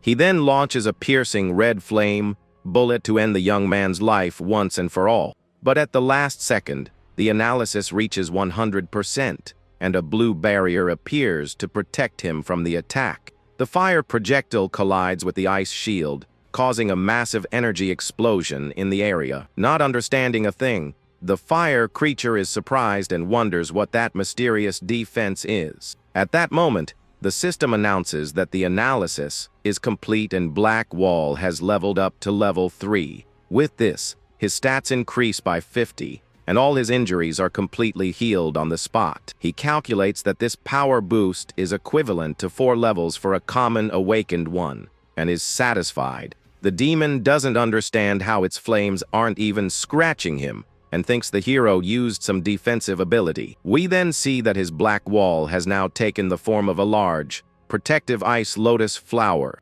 With a confident look, the fire creature thinks it understands the situation and that the game is over. He then prepares for a new attack, saying that now the fight is about to get serious. Suddenly, the monster is shocked by something it sees, and its eyes widen in surprise.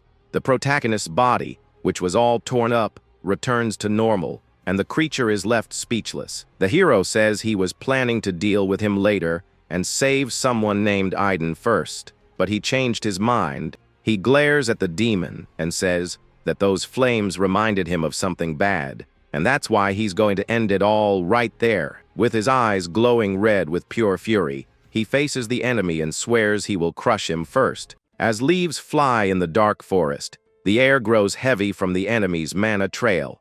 At that moment, the veteran warrior is thrown far away and realizes the creature's strength is unbelievable. Using his karma tool, he blocks the attack, thinking he would have been done for if he hadn't reacted quickly. But the impact throws him to the ground, and the fighter can barely stay on his feet after the heavy blow. He then wonders how far he was thrown while trying to catch his breath in the middle of the smoke. With a focused gaze, the young man notices these are no ordinary demons and decides to go back and help the group. Just then, a huge explosion hits the ground, kicking up a lot of dust and covering everyone's vision. Realizing he's being chased by the same monster from before, the warrior goes on full alert. Suddenly, the giant beast emerges from the shadows, its massive tongue ready to devour anyone in its path. Wanting to help the protagonist, the combatant decides to draw the monster's attention away from there. With his eyes glowing red, the fighter shows he has no intention of losing. He plans to end the fight quickly to protect the master craftsman and his blonde partner back at the workshop.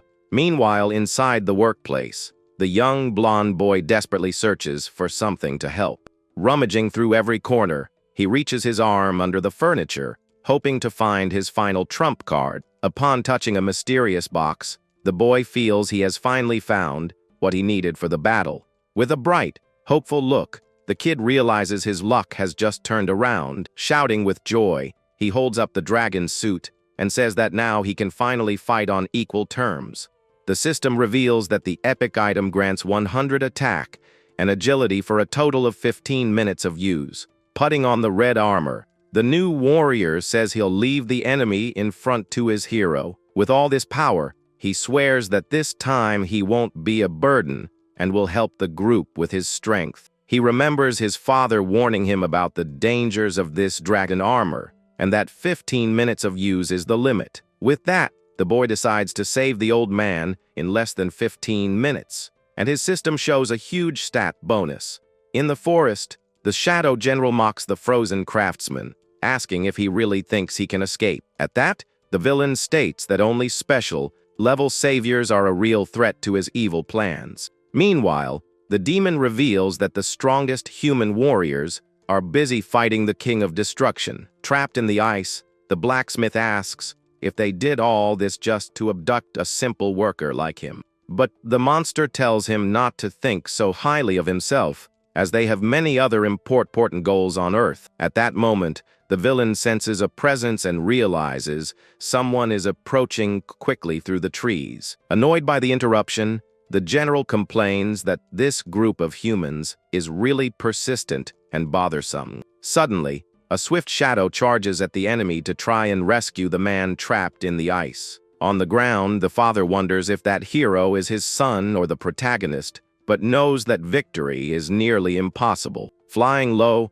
the young man in the dragon suit appears out of nowhere and attacks the Shadow Master with all his speed. Filled with rage, the blonde boy yells for the monster to give back his father as he unleashes a mana-charged strike. The system then announces that he has been equipped for 2 minutes, and his attack and agility points rise significantly. Surprised, the general comments that first it was a giant wolf, and now a human child has decided to show up and fight. Far away, the black-haired hero emerges renewed on his ice flower, and the fire demon doesn't understand a thing.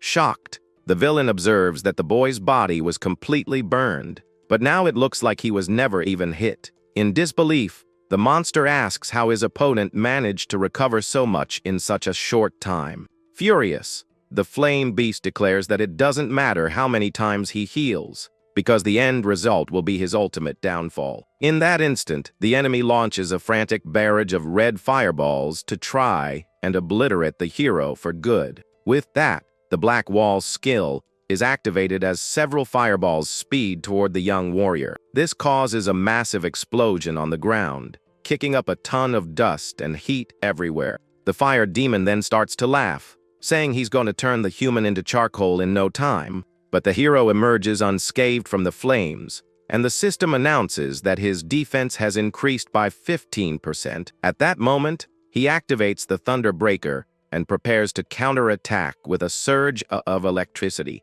The monster is shocked to see that the boy's speed has increased even with its fire barrier up. The protagonist then focuses his dark gaze and says it's time to rip the scales off the beast. With that, he leaps like a dark shadow toward the enemy's shield to put an end to this nonsense. The energy-charged punch begins to crack the creature's red protection with incredible force. The barrier then shatters completely, leaving the opponent vulnerable to our hero's attack. The young man lets out a furious cry, and the system shows his resistance has gone up another 15%. At that moment, the creature starts to break out in a cold sweat, realizing the boy's defense has surpassed 600 points. With that, the young man charges forward and says menacingly that now it's his turn to cook the enemy. But the beast senses the danger and desperately thinks it needs to flee now, or it'll be finished for good. The monster then runs in a panic and starts screaming for its allies, begging for help to survive. The impact of a swift movement makes the ground shake as the chase continues through the forest. In the end, the demon is subdued and begs for its life in a pathetic and cowardly way. But the hero shows no mercy and keeps the enemy under total pressure at this critical moment. The creature then screams furiously that it would never accept being defeated by a simple low-level human. The protagonist just maintains his cold, calm gaze, completely ignoring the opponent's shouts. The fire monster is in shock, unable to believe a mere level 0 has so much power. With that, the system announces that the boy's next attack will be a decisive critical hit. Sweating nervously, the enemy stares at the protagonist and wonders if he's actually a demon in disguise. The villain is then thrown backward with incredible force while trying to understand what just happened. At that moment, the young man charges forward with his lightning active and a look of pure rage on his face. The impact of the blow is so violent that the ground all around shatters completely from the pressure. A curtain of smoke rises and covers the entire battle site, making it hard to see the surroundings. With the monster down, the hero observes the scene from above and realizes the fight is finally over. But he feels frustrated because he wanted to make his opponent suffer more before this final blow. In that instant, the young man realizes he entered the flow state again, right after the critical hit. Pondering, he wonders if there's a connection between his decisive hits and this state of absolute focus. Looking at his system, he notices that his total stats now exceed a value of 2,000. With that, the soul of the defeated beast turns into a green karma sphere, right in the middle of the path. The bright light starts flying rapidly toward the deep forest, catching the hero's attention. With a focused gaze, the boy notices that the energy is heading straight to where his partner is. He notes that the magical trail is heading to the workshop and wonders why the soul didn't split. Without wasting a second, the protagonist runs at high speed, using his lightning to gain momentum. Worried, he fears his blonde friend might already be in danger and decides to hurry as much as possible. Meanwhile, the Shadow General blocks Iberia's attack with a defense that seems impenetrable. Even while using his dragon armor, the blonde boy gets frustrated seeing his strongest blow do nothing, but he decides not to give up and swears he'll keep attacking until he breaks the shadowy creature's guard. The villain scoffs at the boy's persistence and warns him that he still doesn't understand the level difference between them. Suddenly, the boy's father yells furiously, telling his son to take off the dangerous gear right now. The old man even threatens to disarm the young man, but the boy insists he will save his father anyway. The blonde boy then leaps from a great height and dives toward the enemy with all his courage. At that moment, he thinks that if his friend were there, he would surely make the same decision. Desperate, the blacksmith yells for his son to stop, but his words don't reach the warrior's heart. But the Shadow Master observes the human's family bond with disgust and decides to end this little game. With a simple movement, the demon prepares its ice magic while looking at the target coming from the sky. In an instant, the boy's body is completely frozen in mid-air, and he becomes trapped, unable to move. Just then, the veteran warrior gets trapped in ice, and the demon tells him to know his place. With that, the man in armor looks on furiously, immobilized while the enemy gloats about its victory. Then, a shadow leaps into the air, and the system announces that the equipment will only be active for 3 more minutes.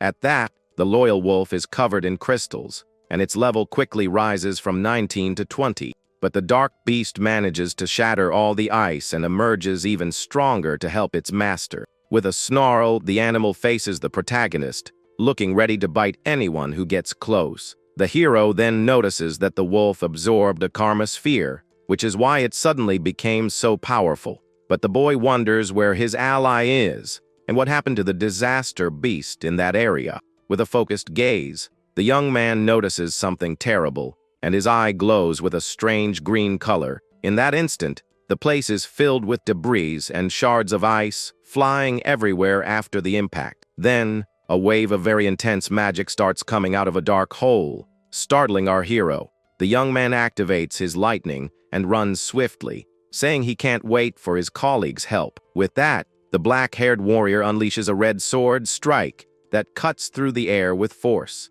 But the giant monster charges forward with everything it has, trying to hit the fighter with its sharp and dangerous claws. At that moment, the man slides across the ground to dodge the attack and prepares for his next move. With that, he notices the cut he made earlier has already healed and is shocked by the creature's regeneration. But the veteran understands that this is his toughest opponent yet because of its incredible healing ability. He then spots a glowing karma sphere and decides he needs to give it his all to win on his own. With his sword glowing red, the fighter focuses all his energy to deliver a decisive attack. But the beast protects its face with its arms, preventing the final blow from hitting its weak spot. In that instant, the man realizes that those limbs are its only defense, and that's where he must focus. He then smiles confidently, because now he knows how to defeat this troublesome enemy once and for all. With that, the warrior charges forward and begins to slash the monster's chest with a sequence of rapid strikes. But before finishing it off, he plans to disable both of the beast's arms to leave it completely exposed. The boy then calculates that the enemy takes at least 1 second to fully recover from the damage. He then realizes that during this short time, the beast's weak spot will be open for his attack. With his eyes ablaze, The fighter concentrates all his hatred and power into a single sword movement. At that moment, he brings the blade down with devastating force, hitting the monster's core with everything he has. With that, a trail of red energy cuts through the scenery, and the enemy is finally overcome by his power. But the hero takes a deep breath and admits it was tough to fight against such a resilient creature. As the smoke rises, the warrior thinks he needs to meet up with his master soon to help in the fight. The combatant then observes the trail of destruction and realizes that the ice beast is a very big problem. Meanwhile, the blacksmith is cornered by the dark villain, who mocks the poor man's desperate situation. The general then orders the prisoner to speak, and the craftsman begs for his son to be spared from all this evil. But the monster claims the old man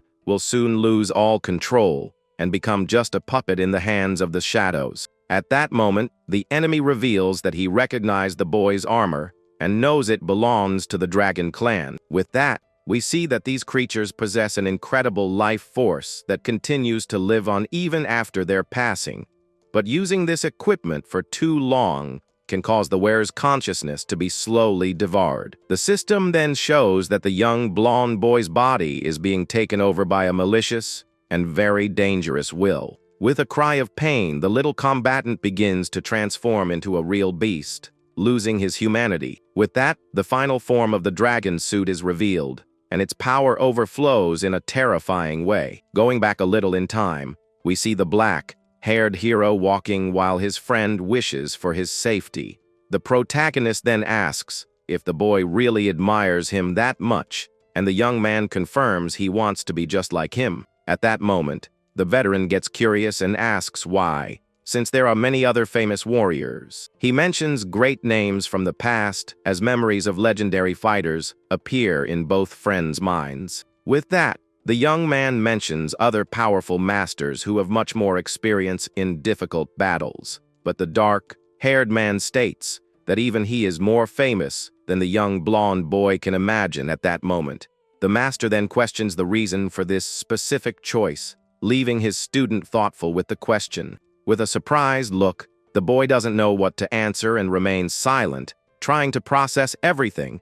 But the experienced combatant puts a hand on his shoulder and tells him not to worry so much about these details for now. In that instant, the little blonde boy reflects that he never really stopped to think about the reason for his great admiration. With that, the memory flashes back 10 years, where the boy was playing happily with his wooden sword.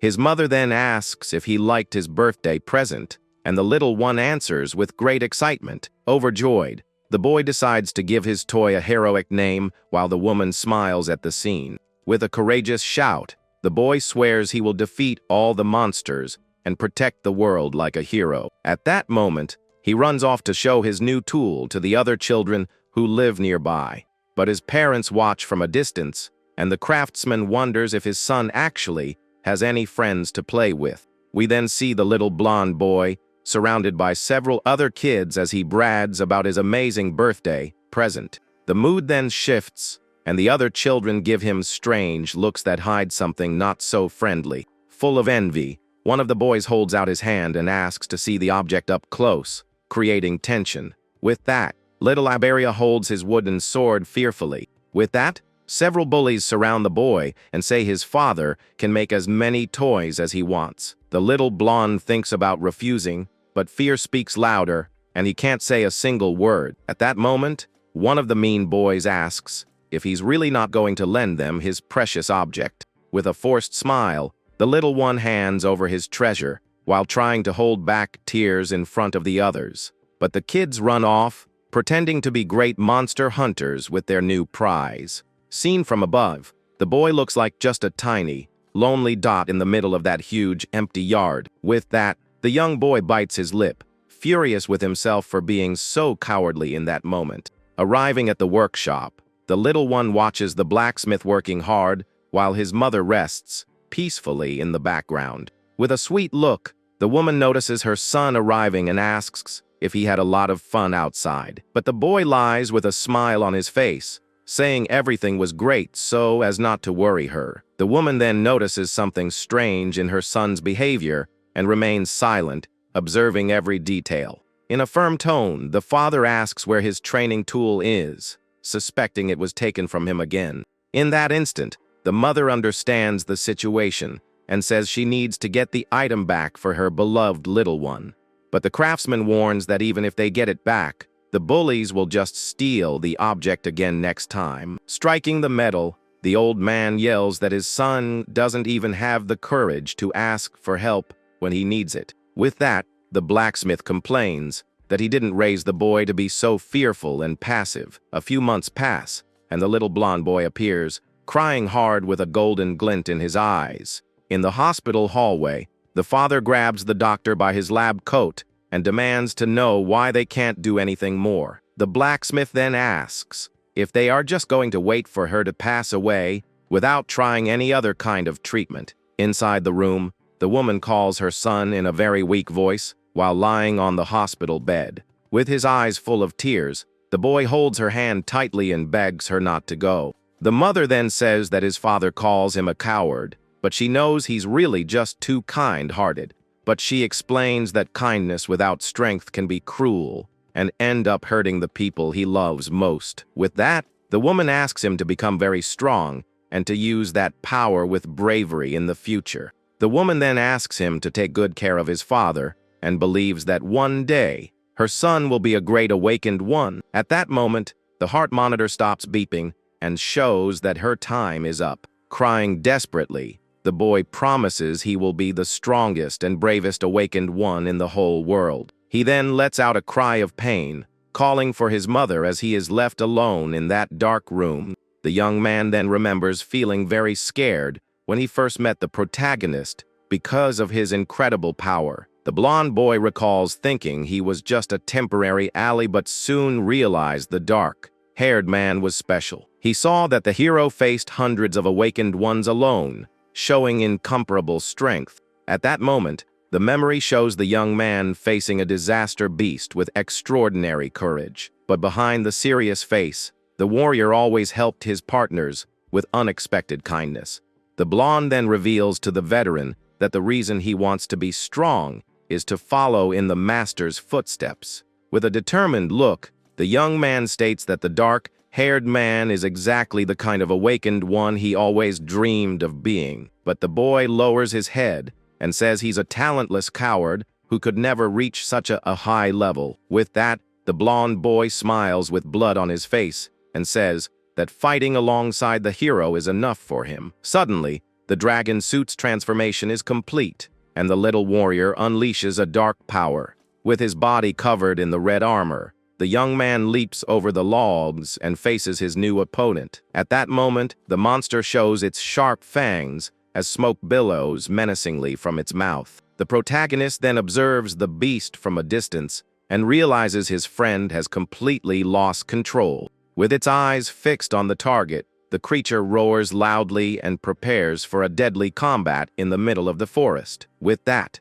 the system announces that Wind Blade has been activated, and a blue energy appears on the beast's claws.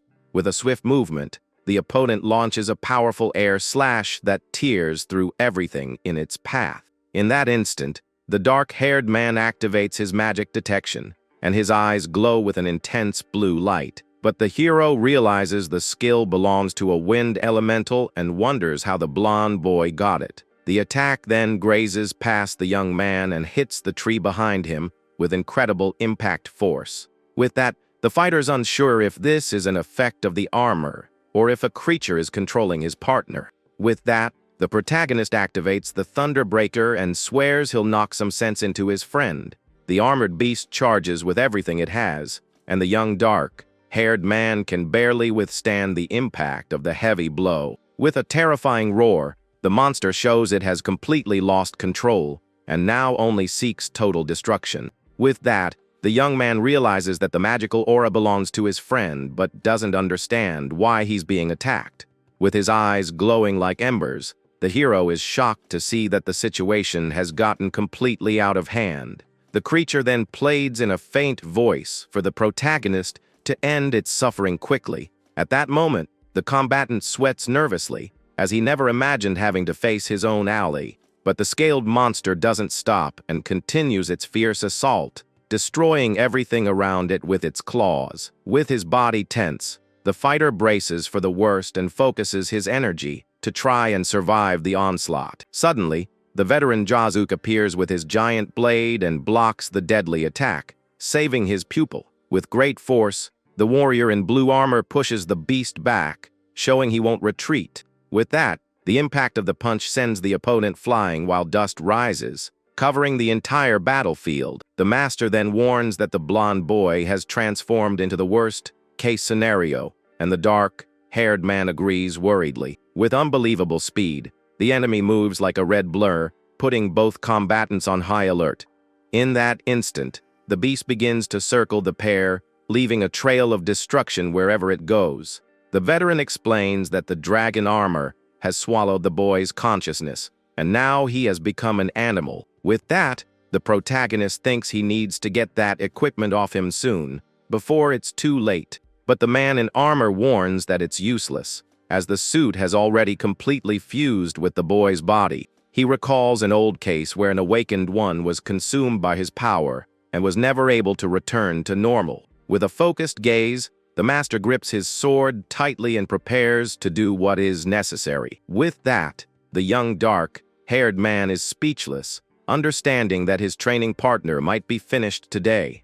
The veteran then states coldly that the only option left is to eliminate the creature once and for all. He offers to deliver the final blow and tells the hero to get out of there so he doesn't have to see this cruel scene. But the black-haired young man says he will take care of it himself and stops the master from committing this act. With that, he asks his friend to follow Aiden's trail and rescue the prisoner from that ice beast. The protagonist then summons his faithful death hound as a blue light shines brightly in the area. At that moment, the veteran accepts the request and says he's counting on the dark-haired man's strength to handle everything. He states that if the monster escapes, it will become even more dangerous, so it needs to be stopped now. With a battle cry, the hero and his wolf charge at the scaled beast, beginning an epic combat. With that, the impact of their two powers makes the ground tremble, and the creature retreats, feeling the pressure from the new opponent. The wind blade technique is then activated and cuts through the air with enough power to slice through any defense. Observing the attacks, the young man realizes his transcendence ability hasn't activated in this fight yet. With that, the warrior's face is grazed, and blood starts to trickle down during the direct confrontation. The dark-haired man then faces his opponent and concludes that his blonde friend doesn't actually want to harm him for real. With that, the young Iberia takes on his monstrous form and lets out a terrifying roar as he loses consciousness. But the system announces that the Thousand Wind Blades technique has been activated, and the suit's power skyrockets. With that, the dragon combatant flies high and fires several blue energy slashes at the target on the ground. In that instant, the hero is surrounded by the cutting blasts, but remains motionless as he focuses on the fight. He walks bravely through the attacks, showing a dark look that signals the start of his comeback. But the armor's wearer lets out a cry of agony, and tears stream down as he fights against the pain.